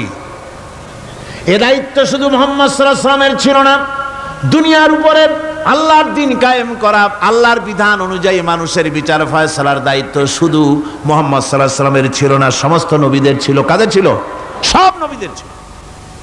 ফাবাআসাল্লাহু আন-নাবিয়্যিনা মুবাশশিরিনা মুনযিরিন ওয়া আনজালা মা'আহুমুল কিতাবা বিল হাক্কি লিয়াহকুমা বাইনান নাস। আল্লাহ পাক বলেন, সমস্ত নবীদের কাছে আমি কিতাব অবতীর্ণ করেছি এই জন্যে যে তারা সহজ এবং সোজা পথে যারা চলতে চায় তাদেরকে তিনি সুসংবাদ দিবেন, আর বাঁকা পথে যারা চলবে তাদেরকে তিনি জাহান্নামের ভীতি প্রদর্শন করবেন। আর আমি তার উপরে যে কিতাব অবতীর্ণ করেছি এই কিতাব দিয়ে জনগণের উপরে বিচার ফয়সালা করবে, আইন চলবে আল্লাহর কিতাব দিয়ে। আইন চলবে কি দিয়ে? আল্লাহর কিতাব দিয়ে। আল্লাহর কিতাব অনুযায়ী জনগণকে পরিচালিত করবেন। এই জন্য আমি এই কোরআনকে নাজিল করেছি, অতীতেও এই কিতাবগুলি নাজিল করেছি। কুল ইয়া আইয়ুহান নাসু ক্বাদ জাআকুমুল হাক্কু মির রাব্বিকুম। আল্লাহ পাক বলেন, নবী আপনি বলে দেন, আপনি বলুন, হে মানব সকল, আল্লাহর পক্ষ থেকে তোমাদের জন্য মহাসত্য এসেছে। এই মহাসত্য যদি অনুসরণ করো তোমাদের জন্য কল্যাণকর হবে। ওমান দাল্লা ফাইন্নামা ইয়াদুল্লু আলাইহা। আর যদি কোরআনকে অমান্য করো, আল্লাহর কিতাবকে অমান্য করো, তাহলে তোমাদের জন্য অকল্যাণ হবে। আজ আপনারা বলেন, আল্লাহর কিতাবের আইন কি আমাদের দেশে চলে? কোরআনের আইন কি চলে? চলে না। কোরআনের আইন চলে না। আমরা কি খুব শান্তিতে আছি? খুব আরামে আছি? শ্রমিকরা তাদের শ্রমের মূল্য পায়, কৃষক তার উৎপাদিত পণ্যের সঠিক দাম পায়, নারী তার সতীত্বের মর্যাদা পায়। জনগণ কি আরামে ঘুমাতে পারে? না, জনগণ রীতিমতো দুবেলা পেট পুরে সমস্ত জনগণ খেতে পারে। এর একমাত্র কারণ হচ্ছে কোরআনের আইনকে অমান্য করা হয়েছে। ভালো করে কান পেতে শুনুন, আল্লাহ রাব্বুল আলামিন কোরআনে কারীমের মধ্যে পরিষ্কার করে বলেছেন, ওয়া মান লাম ইয়াহকুম বিমা আনজালাল্লাহু ফাউলাইকা হুমুল কাফিরুন। যারা নাকি আমার দেওয়া বিধান অনুযায়ী, কোরআন অনুযায়ী যারা বিচার ফয়সালা করে না, ফাউলাইকা হুমুল কাফিরুন, ফাউলাইকা হুমুজ জালিমুন, ফাউলাইকা হুমুল ফাসিকুন। যারা আমার দেওয়া বিধান অনুযায়ী বিচার ফয়সালা করে না তারা কাফির, তারা জালিম, তারা ফাসিক। সুতরাং এর ভিতরে এই জুলমের মধ্যে জালিমদের অন্তর্গত, ফাসিকদের অন্তর্গত হয়ে বাংলাদেশের বহু মুসলমান, পৃথিবীর বহু এলাকার মুসলমান এর মধ্যে লিপ্ত হয়ে আছে। কোরআনের আইন চালু না করলে পরে, কোরআনের আইন না মানলে পরে জালিম হতে হবে, কাফির হতে হবে, ফাসিক হতে হবে। অর্থাৎ যতখানি না মানবেন ততখানি এই বিশেষণে বিভূষিত হতে হবে। এক শ্রেণীর লোক আছে যারা বলে বেড়ান ধর্ম আর রাজনীতি আলাদা। বলেন কিনা? কন জোরে বলেন, বলে কিনা? ধর্ম আর রাজনীতি আলাদা। তারা বলেন আমরা ধর্ম নিরপেক্ষ থাকতে চাই। তারা কি থাকতে চায়? ধর্ম নিরপেক্ষ থাকতে চায়। কোরআনে কারীমে এই ধর্ম নিরপেক্ষবাদীদের ব্যাপারে কোরআন কি বলছে শুনুন। আল্লাহ রাব্বুল আলামিন বলেন, আলাম তারা ইলাল্লাযীনা ইয়াজউমুনা আন্নাহুম আমানু বিমা উনজিলা ইলাইকা ওয়া মা উনজিলা মিন ক্বাবলিক।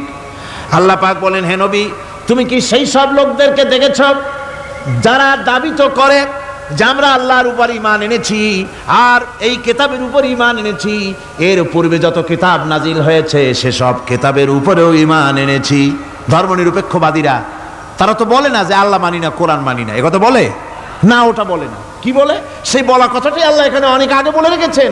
ওরা বলে যে আমরা অবশ্যই আল্লাহকে মানি, আল্লাহর কিতাব মানি, এর পূর্বে যত কিতাব নাজিল হয়েছে সেগুলোও মানি, তবে ইউরিদুনা আইয়াতাহাকামু ইলাত তাগুত, তারা চায় তাদের জীবনের সমস্ত সমাধান সমস্যার জন্য তাগুতের কাছে যেতে চায়।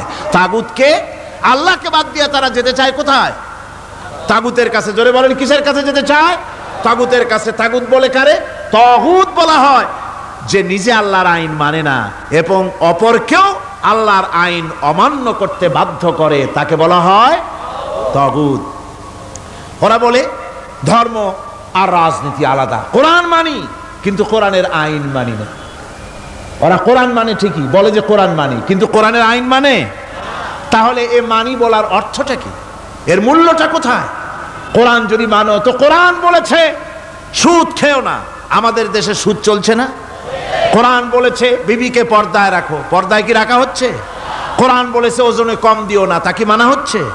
কোরআন বলেছে আমার আইন দিয়ে দেশ শাসন করো, তা কি করা হচ্ছে?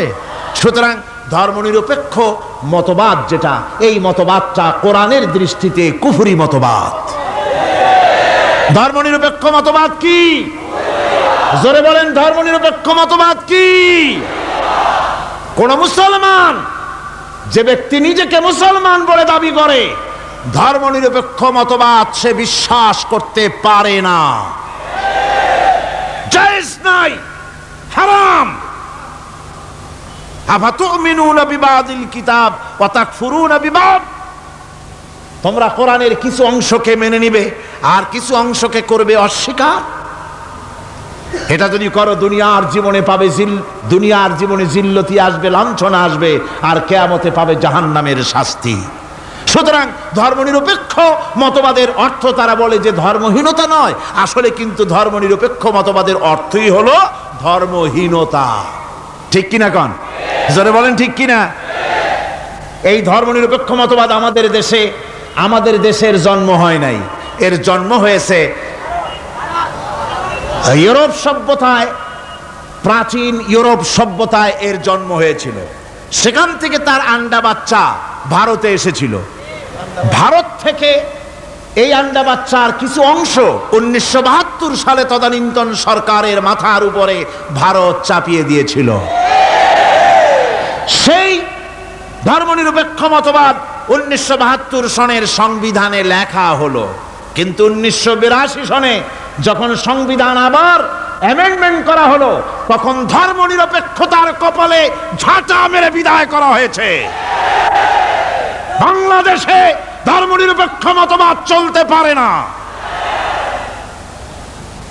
ধর্মনিরপেক্ষ মতবাদের কথা আমাদের দেশে তারাই বলে যারা 72 সনে ক্ষমতায় ছিলেন। তারা ধর্মের সাথে কি ব্যবহার করেছেন আমরা ভুলে যাই নাই, আপনারা ভুলে গেছেন। 1972 সনে দেশের সমস্ত বিশ্ববিদ্যালয়ের মনোগ্রাম থেকে ইকরা বিস্মি রাব্বিকাল্লাযী খালাক রাব্বি জিদনি ইলমা, কোরআনে কারীমের এই আয়াতকে বিদায় করে দেওয়া হয়েছিল। শাসনতন্ত্রের শিরোনামে বিসমিল্লাহকে গ্রহণ করা হয় নাই। শুধু তাই নয়, কোরআনে কারীম যেখানে তেলাওয়াত করা হয়, তখনকার সময় রেডিওতে, টেলিভিশনে, ওই 72 থেকে 3 বছর, এবং এখনো সেই দলটি মিটিং করতে গিয়ে, কোনো জায়গায় কিছু করতে গিয়ে, আগে কোরআন শরীফ, তারপরে গীতা, তারপরে বাইবেল, এগুলি হচ্ছে মুনাফিকের লক্ষণ। কিসের লক্ষণ? যেখানে যেই টেবিলে, যেই মঞ্চে কোরআন তেলাওয়াত হয়, বাইবেল গীতা পড়া হারাম, পড়া হতে পারে না। কোরআনের চাইতে শ্রেষ্ঠ কিতাব আল্লাহর দুনিয়া আছে? সমস্ত কিতাবকে রদ করেছে কোরআন। হযরত ওমর রাদিয়াল্লাহু তাআলা আনহু রাসূল করিম সাল্লাল্লাহু আলাইহি ওয়াসাল্লামের কাছে গিয়ে তাওরাতের একটা পাতা পড়তেছিলেন। হযরত আবু বকর রাদিয়াল্লাহু তাআলা আনহু সেখানে চলে এলেন। এসে দেখেন রাসূল করিম সাল্লাল্লাহু আলাইহি ওয়াসাল্লামের চেহারা মোবারক লাল হয়ে গিয়েছে গোসায়। হযরত আবু বকর বললেন, ওমর, তুই যদি এর থেকে মরে যেতিস, যদি এর থেকে মরে যেতি, তিনবার বললেন। হযরত ওমর শিউরে উঠলেন, হতচকিত হয়ে উঠলেন, আবু বকর আমাকে মরার কথা বলছেন কেন? তিনি তাকিয়ে দেখেন রাসূল করিম সাল্লাল্লাহু আলাইহি ওয়াসাল্লামের চেহারা মোবারক গোসায় লাল হয়ে গিয়েছে। হযরত ওমর বলছেন, ইয়া রাসূলুল্লাহ, আমার এবং আমার পিতা মাতার জীবন আপনার কদম মোবারকে উৎসর্গ হয়ে যাক। আমি অপরাধ করেছি, কি অন্যায় করেছি হুজুর আমাকে বলুন। হুজুর বলছেন, ওমর, তুমি যে তাওরাতের পাতা আমার সামনে পড়তেছ, এই তাওরাত যার উপরে নাজিল হয়েছিল, সেই মুসা আলাইহিস সালাম যদি আজকে বেঁচে থাকতেন, তাহলে আমার উম্মতের ভিতরে শামিল হয়ে যাওয়া তার জন্য ফরজ হয়ে যেত। অতীতের সমস্ত কিতাবকে রদ করা হয়েছে, সমস্ত শরিয়াতকে বন্ধ করা হয়েছে। সুতরাং কোন মুসলমানের প্ল্যাটফর্মে যেখানে কোরআন তেলাওয়াত হয়, বেদ, বাইবেল, গীতা পড়া হারাম সেখানে। এই মুনাফিকরা তাও করে থাকে। আমার মুসলমান ভাইয়েরা, নজরুল ইসলাম কলেজের ইসলাম শব্দ বাদ দিয়ে নজরুল কলেজ করা হয়েছিল। সলিমুল্লাহ মুসলিম হলের মুসলিম শব্দ বাদ দিয়ে শুধু সলিমুল্লাহ হল করা হয়েছিল। তার মানে ধর্ম এদের কলিজায় আগুন জ্বালিয়ে দেয়। ইসলামের নাম বরদাস্ত হয় না, কোরআনের নাম বরদাস্ত হয় না। আর বরদাস্ত হয়নি বলেই আল্লাহ পাক তার ইন্তেকাম নিয়েছেন। আমার বক্তব্য হচ্ছে, কোরআনে কারীম পৃথিবীতে এসেছে শাসন করতে দুনিয়াকে। তার মধ্যে রয়েছে রাজনীতি, অর্থনীতি, সব কিছু। এই বিচার ফয়সালা কোরআন থেকে যারা গ্রহণ করে না, রাসূলকে যারা বিচারক মানে না, তাদের সম্পর্কে আল্লাহ পাক কি বলছেন শুনুন। ফালা ওয়া রাব্বিকা লা ইউমিনুনা হাত্তা ইউহাক্কিমুকা ফীমা শাজারা বাইনাহুম সুম্মা লা ইয়াজিদু ফী আনফুসিহিম হারাজাম মিম্মা কাদাইতা ওয়া ইউসাল্লিমু তাসলিমা। আল্লাহ রাব্বুল আলামিন বলেন, ফালা ওয়া রাব্বিক, কখনো নয় হে নবী, আপনার রবের কসম, কখনোই নয়। ওরা মুমিন নয় যারা নাকি তাদের জীবনের সব কিছুর ব্যাপারে যতক্ষণ পর্যন্ত আপনাকে বিচারক না মানে, আপনার দেওয়া ফয়সালাকে গ্রহণ না করে, এবং আপনি বিচার করার পর ফয়সালা দেওয়ার পরে এটার উপরে দ্বিধাহীন চিত্তে মেনে যতক্ষণ না নিবে, ততক্ষণ পর্যন্ত তারা যত ঈমানের দাবি করুক, তারা আসলে মুমিন না। এ ফতোয়া কার? এ ফতোয়া কার? আল্লাহ রাব্বুল আলামিনের ফতোয়া। কখনো মুমিন হতে পারবে না যারা রাসূলুল্লাহকে ফয়সালাকারী হিসেবে গ্রহণ না করবে, কোরআনকে সংবিধানের উৎস হিসেবে গ্রহণ না করবে। কোরআন এসেছে আইনের কিতাব হিসেবে পৃথিবীর মানুষকে পরিচালিত করার জন্য। আজ এই কোরআনের আইন যারা মানে সেখানে শান্তি পায়, কোরআন যেখানে মানে না সেখানে শান্তি হয় না। আল্লাহ পাক পরিষ্কার বলেছেন, কোরআনের আইন মেনে চলো। আর যারা এই কোরআনকে অমান্য করবে তাদের শাস্তি কি হবে? আল্লাহ পাক বলেন, আল্লাযীনা কাযযাবু বিল কিতাবি ওয়া বিমা আরসালনা বিহি রুসুলানা ফাসাউফা ইয়ামালুন। আল্লাহ পাক বলেন, আমি যে কিতাব নাজিল করেছি, এই কিতাবকে যারা মিথ্যা মনে করে, কিতাবকে যারা অস্বীকার করে, কোরআনের আইন যারা মানে না, আমি যে রাসূলের উপরে যা নাজিল করেছি সেগুলির উপরে যারা ঈমান আনে না, এগুলিকে যারা মানে না, তাদের জন্য এর পরিণতি তারা খুব শীঘ্রই টের পাবে। খুব শীঘ্রই তাদেরকে পরিণতি দেওয়া হবে। কিয়ামতের দিন তাদেরকে আল্লাহ রাব্বুল আলামিন জাহান্নামে প্রবেশ করাবেন। কোরআনের অমান্যকারীদের জায়গা কোথায় হবে? কোথায় হবে তাদের জায়গা? জাহান্নামের ভিতরে হবে। সুতরাং আমরা কোথায় যেতে চাই? জাহান্নামে না জান্নাতে? বেহেশতে যদি যেতে চাই, দুনিয়ায় যদি শান্তি চাই এবং আখিরাতে যদি মুক্তি পেতে চাই, তাহলে আমাদেরকে কোরআনের আইনকে মানতে হবে। কিসের আইন মানা লাগবে? কোরআনের আইন মানতে হবে। কোরআনে কারীমের নাজিল হলো, আল্লাহ পাক যে কোরআন আমাদের শিখালেন, আর রহমান আল্লামাল কোরআন, যে কোরআন তিনি আমাদের শিখালেন। এই কোরআন নাজিলের পদ্ধতি ছিল মদিনা এবং মক্কা। রাসূলের মক্কি জিন্দেগিতে কিছু নাজিল হয়েছে, আর মদনী জিন্দেগিতে নাজিল হয়েছে কিছু। মক্কা শরীফে যেগুলি নাজিল হয়েছে সে সূরাগুলো ছিল তাওহীদ, রিসালাত এবং আখিরাতের উপরে নির্ভর করে। আর মদনী সূরা যেগুলি ছিল সেগুলি ফৌজদারি দণ্ডবিধি, উত্তরাধিকারী আইন, তারপরে যাকাত, ওসর, যুদ্ধ, সন্ধি, বন্দি, এরপরে রয়েছে স্বরাষ্ট্রনীতি, পররাষ্ট্রনীতি, অর্থনীতি, জীবন পরিচালনার সমস্ত বিধি আর ব্যবস্থা মদনী জিন্দিগির সূরাগুলিতে, অবতীর্ণ সূরাগুলিতে আল্লাহ রাব্বুল আলামিন নাজিল করেছেন। কোরআন শরীফ মানুষের সকল সমস্যার সমাধান দিয়েছে। এখানে আমি এখন তার কিছু নমুনা পেশ করছি আপনাদের সামনে, আপনাদের বোঝার জন্য যে কোরআন, অনেকে বলে যে কোরআনের তাফসীরের ভেতরে রাজনীতির আলোচনা হয়। রাজনীতি সেইটুক করি যেটুকুন আল্লাহ কোরআনে করেছেন। জোরে কোন আলহামদুলিল্লাহ। এর থেকে বাড়াই কিছু বলি নাকি? না। কোরআন যেটুকুন করেছে, রাসূলুল্লাহ যেটুকুন করেছে, একজন মুসলমান হিসাবে তা করা আপনার আমার জন্য কি? সুন্নত, নফল। ওইটা করা কি জোরে কোন? এটা করা আমাদের জন্য ফরজ। সেই জন্য আমি কিছু নমুনা পেশ করছি আপনাদের সামনে, বুঝতে পারবেন যে কোরআন শুধু নামাজের কথা নিয়ে আসে নাই। কোরআনের মধ্যে আয়াত সংখ্যা কত? 6666। এটা ঠিক না, কিছু কম আছে। 6000 কয়েক শত, ভালো করে গুনে দেখা দরকার। তো এই যে আয়াতে কারিমা যেগুলি রয়েছে এর মধ্যে মাত্র 500 আয়াত হচ্ছে হুকমে শরঈ। ভালো করে শুনুন, 500 আয়াত আদেশ এবং নিষেধ জাতীয়। এটা করো, ওটা করো না, এটা হালাল, ওটা হারাম, এ হলো 500। তো এই যদি 500 হয় তাহলে বাকি 6000 কি?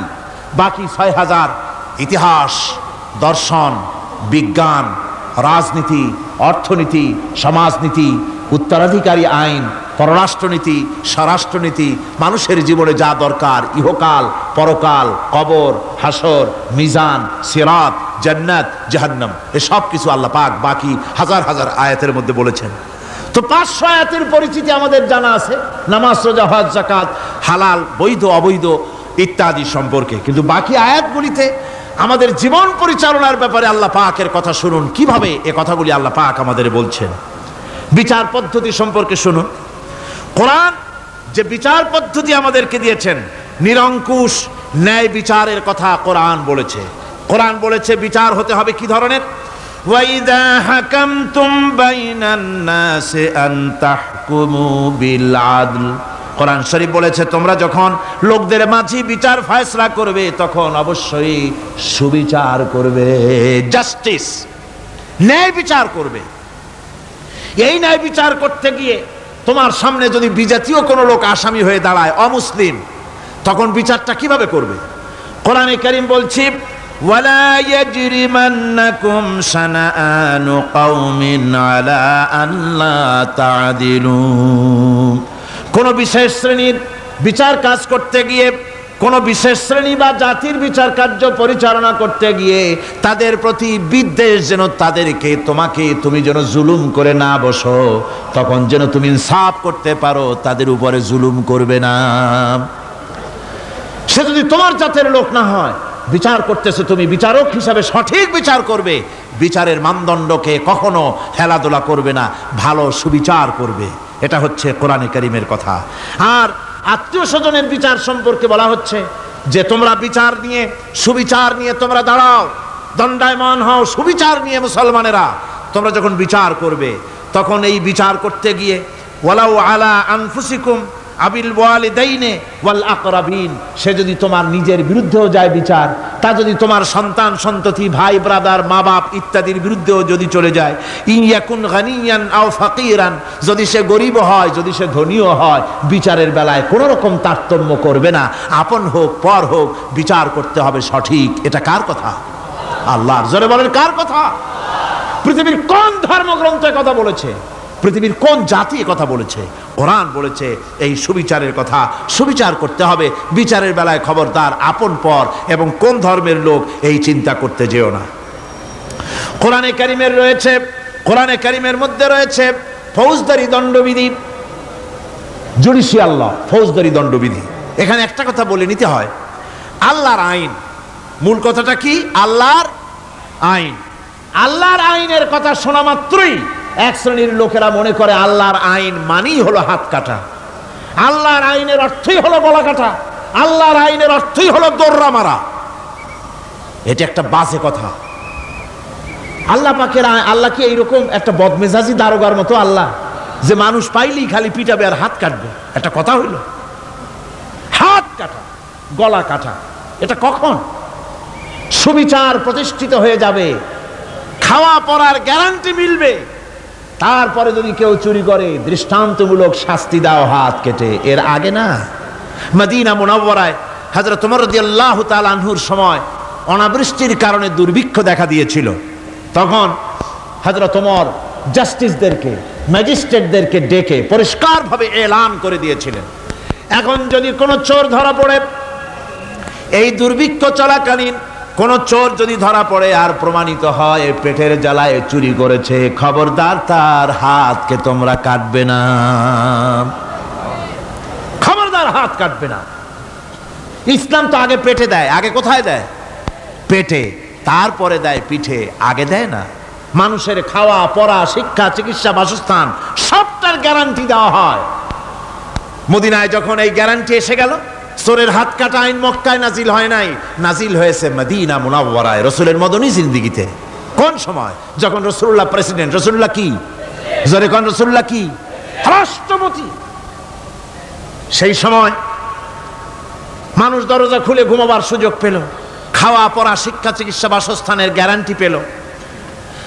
এই সময় আল্লাহ রাব্বুল আলামিন তিনি যখন দেখলেন ইসলামী সমাজ ব্যবস্থা কোরআনের আইনের মাধ্যমে মানুষ সব রকমের নিরাপত্তা লাভ করেছে, পেটের সমস্যার সমাধান হয়ে গেছে, তখন আল্লাহ আইন জারি করলেন, আস-সারিকু ওয়াস-সারিকাতু ফাকতাউ আইদিয়াহুমা।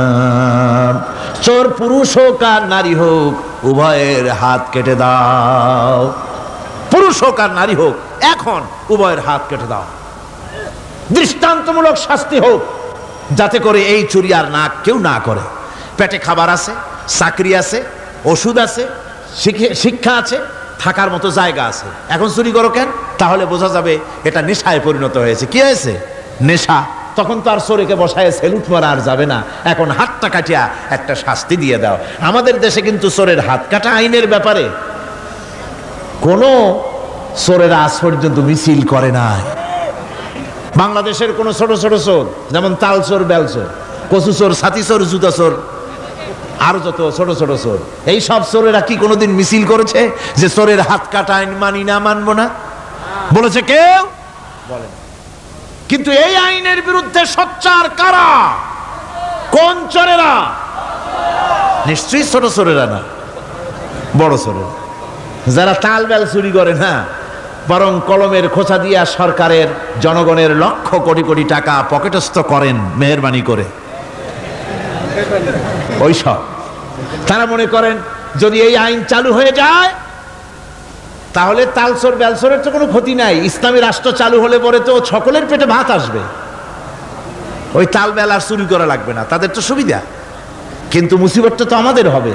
বেশি খাইয়া খাইয়া জিহ্বা পুরু হয়ে গেছে, এখন ওই বেশি খাইতে না পারলে বদভ্যাস চালু হয়ে যাবে, চুরি করতে যখন যাইবে তখন এই আইন তো বিসমিল্লাহ হবে আমাদের দিয়া।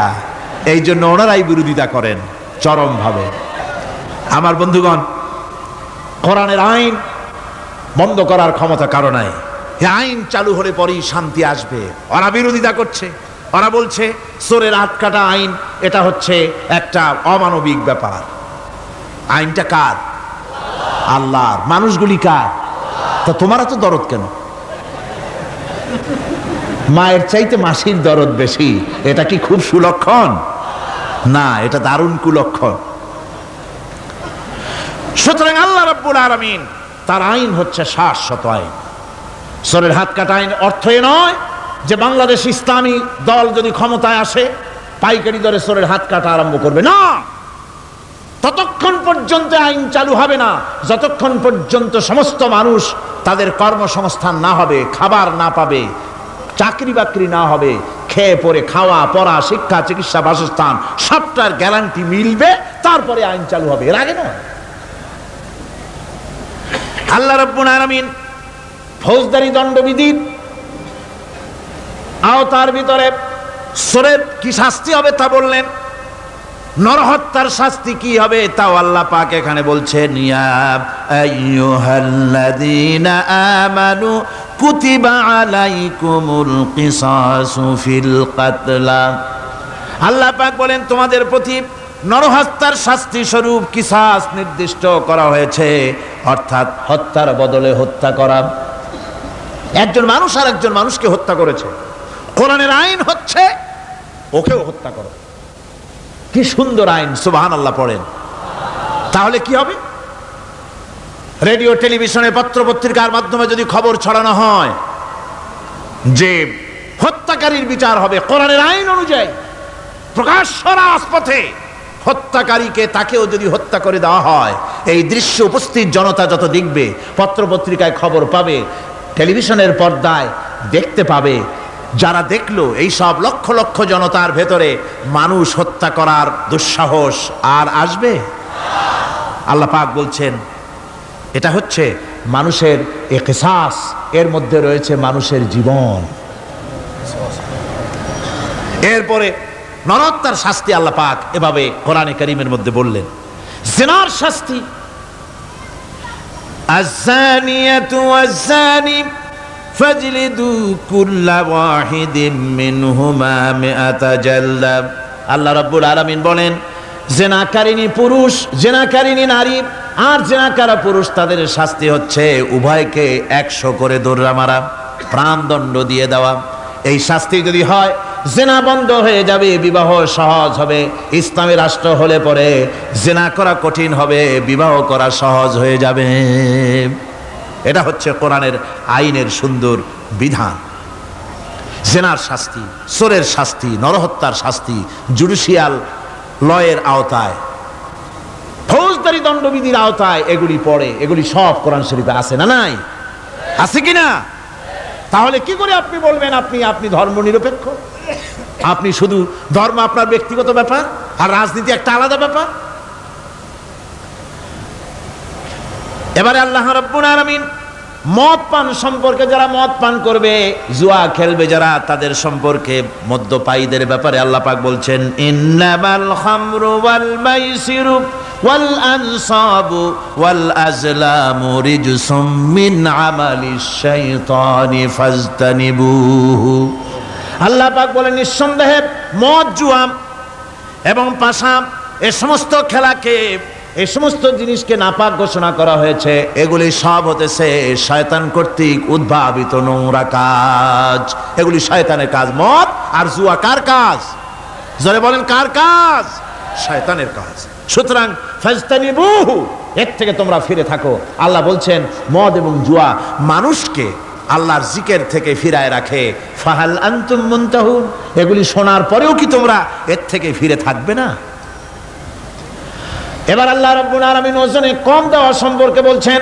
যারা ব্যবসায়ী, অনেক ব্যবসায়ী আছে, ব্যবসা করতে গিয়ে ধর্ম ব্যক্তিগত ব্যাপার, ব্যবসার মধ্যে ধর্ম নিতে চাই না। কয় যে ধর্ম দারুণ পবিত্র জিনিস, এত পবিত্র, শুধু মসজিদে থাকবে, শুধু মাদ্রাসায় থাকবে, আমার জীবনের বিস্তীর্ণ অঙ্গনে ধর্ম ঢুকতে পারবে না। তার মানে ভাবখানা এই, আল্লাহ এবং রসুলকে বলে দেওয়া হচ্ছে, হে আল্লাহ, হে রসুল, তোমাদের উপরে 144 জারি করে দিলাম, শুধু মসজিদে আর খানকায় থাকো, মাদ্রাসায় থাকো, আমাদের জীবনের বিস্তীর্ণ অঙ্গনে তোমাদের কোনো প্রবেশের অধিকার নাই। জোরে কর নাউজুবিল্লাহ। আল্লাহ পাক মানুষের জীবনের সকল ক্ষেত্রে আইন চলবে আল্লাহর। ইনিল হুকমু ইল্লা লিল্লাহ, আইন চলবে কার? ওই আল্লাহ রাব্বুল আলামিন বলেন ওজনে কম দিও না। ওয়াউফুল কাইলা ইযা কিলতুম ওয়াজনু বিল কিসতাসিল মুস্তাকিম। মেপে যখন কোনো জিনিস দিবে পরিমাপে কম দিবে না, ওজন করে যখন দিবে ওজনেও কম দিবে না। আল্লাহ পাক কোরআনে কারীমের মধ্যে সুন্দর করে সব কথা বলে দিলেন। ওজনে কম করো না, পরিমাপে কম করো না, সঠিকভাবে এটাকে দিও। ইয়াতীমের মাল সম্পর্কে কোরআন বলছে, ওয়ালা তাকরাবু মালাল ইয়াতীম ইল্লা বিল্লাতী হিয়া আহসান।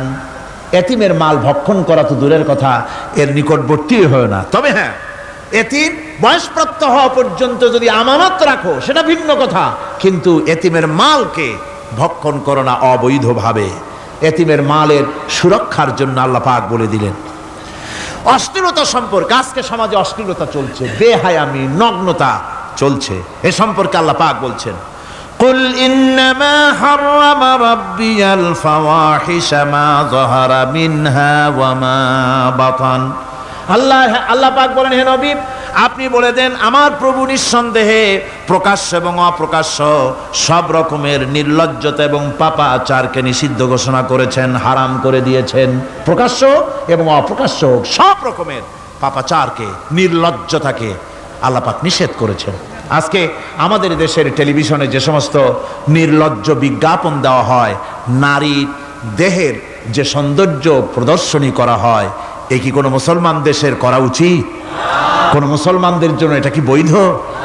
আজ নির্লজ্জতা বেহায়ামি ছড়িয়ে পড়ছে চতুর্দিকে। আল্লাহ পাক নিষেধ করছেন, হারাম করে দিয়েছেন। প্রকাশ্য অপ্রকাশ্য সব রকমের নির্লজ্জতা আল্লাহ পাক হারাম করেছেন। সুতরাং আল্লাহ পাক বলছেন, আমি সুদকে হারাম করেছি, ব্যবসাকে করেছি হালাল। এই সুদ থেকে যদি না ফেরো, ফাইন লাম তাফআলু ফাযানু বিহারবিন মিনাল্লাহি ওয়া রাসূলি। আল্লাহ রাব্বুল আলামিন বলেন, যদি এই সুদ থেকে না ফেরো, যদি এই সুদ থেকে বিরত না থাকো, তাহলে আমি আল্লাহ এবং আমার রাসূলের পক্ষ থেকে যুদ্ধের ঘোষণা রইল। পারবেন? আল্লাহ রাসূলের সাথে যুদ্ধ করতে পারবেন? নাউযুবিল্লাহি মিন যালিকা। কি মানুষের পক্ষে সম্ভব? সুদ সম্পর্কে আল্লাহ ঘোষণা করলেন কোরআনে কারীমের মধ্যে।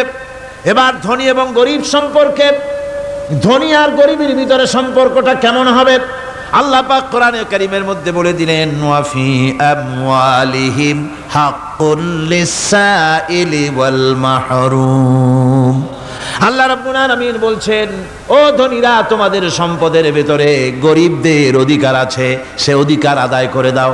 একথা বলা হলো না, গরিবরা তোমাদের করুণার পাত্র, দয়া করে তাদের কিছু দাও, একথা আল্লাহ বলেন নাই। বললেন, ধনীরা শুনে রাখো, তোমাদের সম্পদে গরিবদের অধিকার আছে, অধিকার, এই অধিকার তাদের ফিরিয়ে দাও। এরপরে আল্লাহ পাক বললেন, কাইলা ইয়াকুনা দুলাতাম বাইনাল আগনিয়াই মিনকুম, তোমাদের সম্পদগুলি যেন তোমাদের ধনশালী লোকদের হাতে যেন পুঞ্জীভূত না হয়ে যায়। দেশের সমস্ত সম্পদ গুটি কতক লোকের হাতে যেন পুঞ্জীভূত না হয়, বরং তার যাকাত, ফিতরা, সাদকা, এককালীন দান ইত্যাদির মাধ্যমে জনগণের কাছে যেন তা পৌঁছে যায়, এক জায়গায় যেন পুঞ্জীভূত হয়ে না থাকে। এভাবে করে আল্লাহ পাক মানুষের জীবনের সাথে সম্পৃক্ত কথাগুলি বলছেন।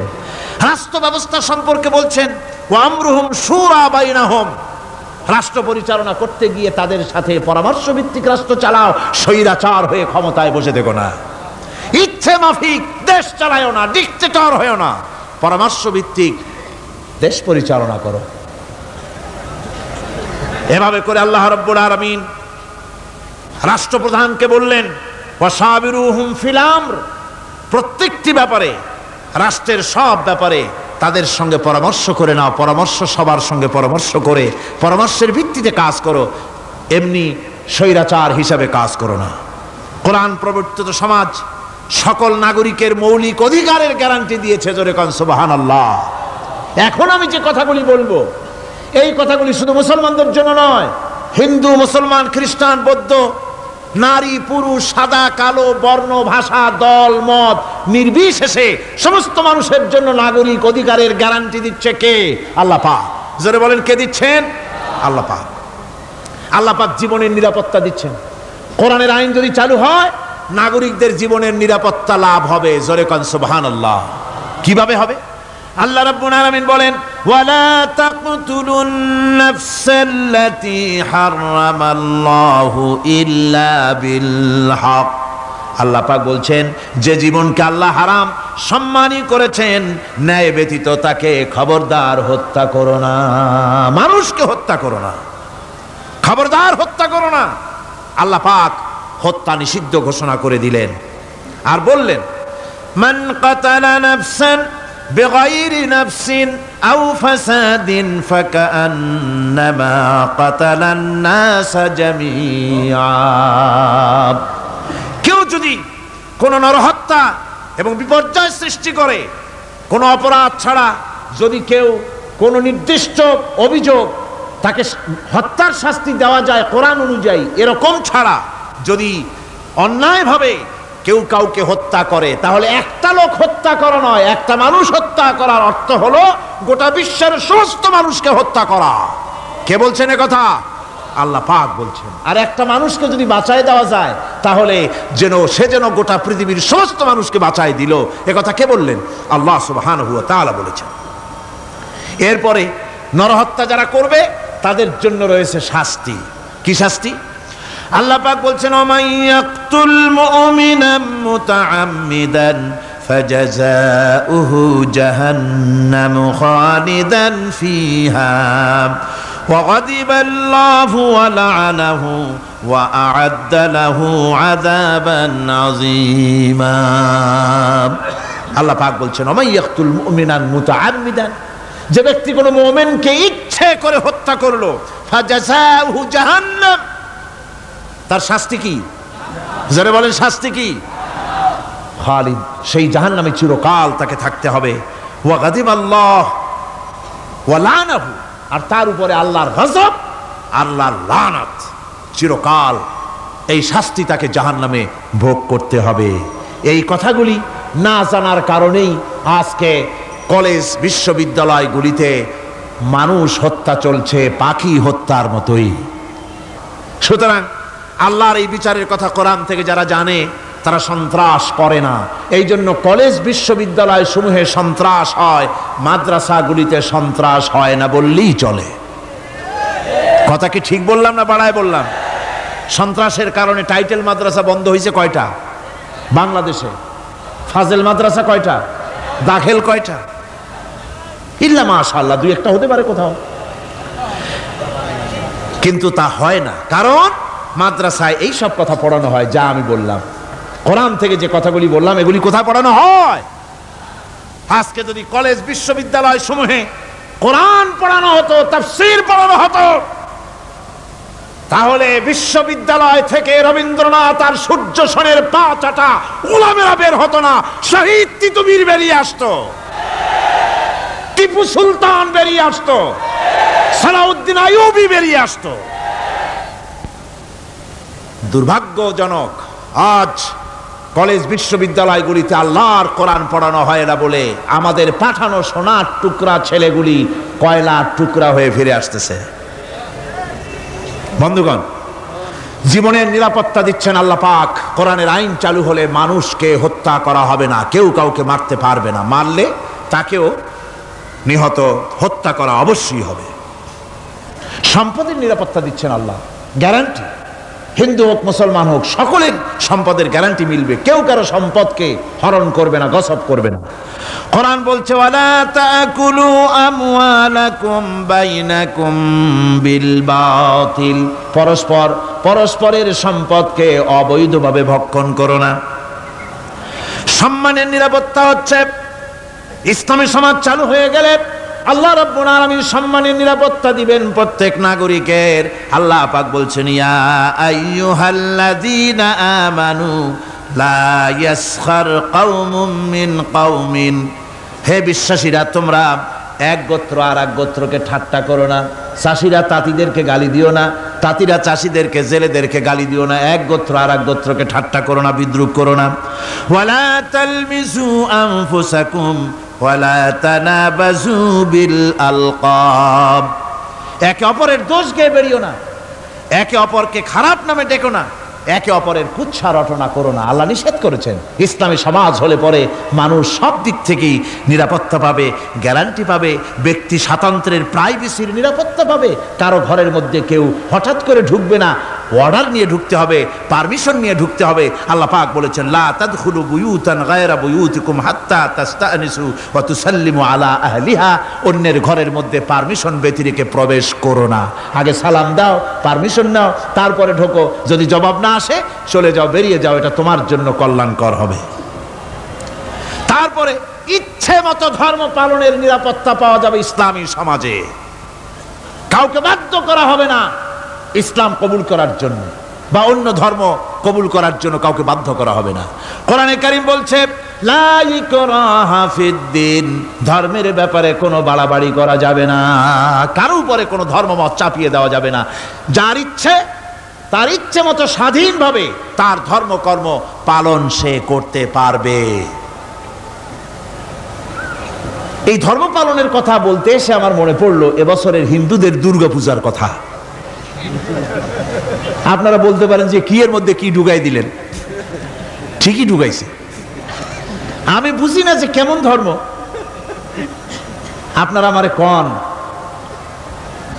দেশের প্রধান বিরোধী দল তারা যদি বলে যে আমাদের এই দাবি যদি সরকার না মানে তাহলে 1 বছরের ভেতরে আমার দলে যত লোক আছো কেউ জুমার নামাজ পড়বা না, তাহলে তাদের দলের লোকেরা তা কি মানবে?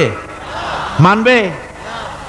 বিএনপি যদি বলে, সরকারে যারা আছে, যে আমাদের এই সমস্ত কথা যদি বিরোধী দল না মানে তাহলে আমার দলের কোনো লোক ঈদের নামাজ পড়বে না, শুনবে কেউ? শুনবে না। যত বড় নেতা হোক কেউ যদি বলে, ইসলামী দলের নেতাও যদি বলে যে বছর আমাদের এই কথা যদি গভর্নমেন্ট না মানে কোন মুসলমান হজ করতে যাবে না, এই কথা মানবে কেউ? মানবে না। যেহেতু কোন দলের কোন ব্যক্তির মুহতাজ নয় ইসলামের আইন, ইসলাম পালন যার যার ব্যক্তিগত ব্যাপার, ধর্মের কাজ অবশ্যই প্রত্যেককে পালন করতে হবে।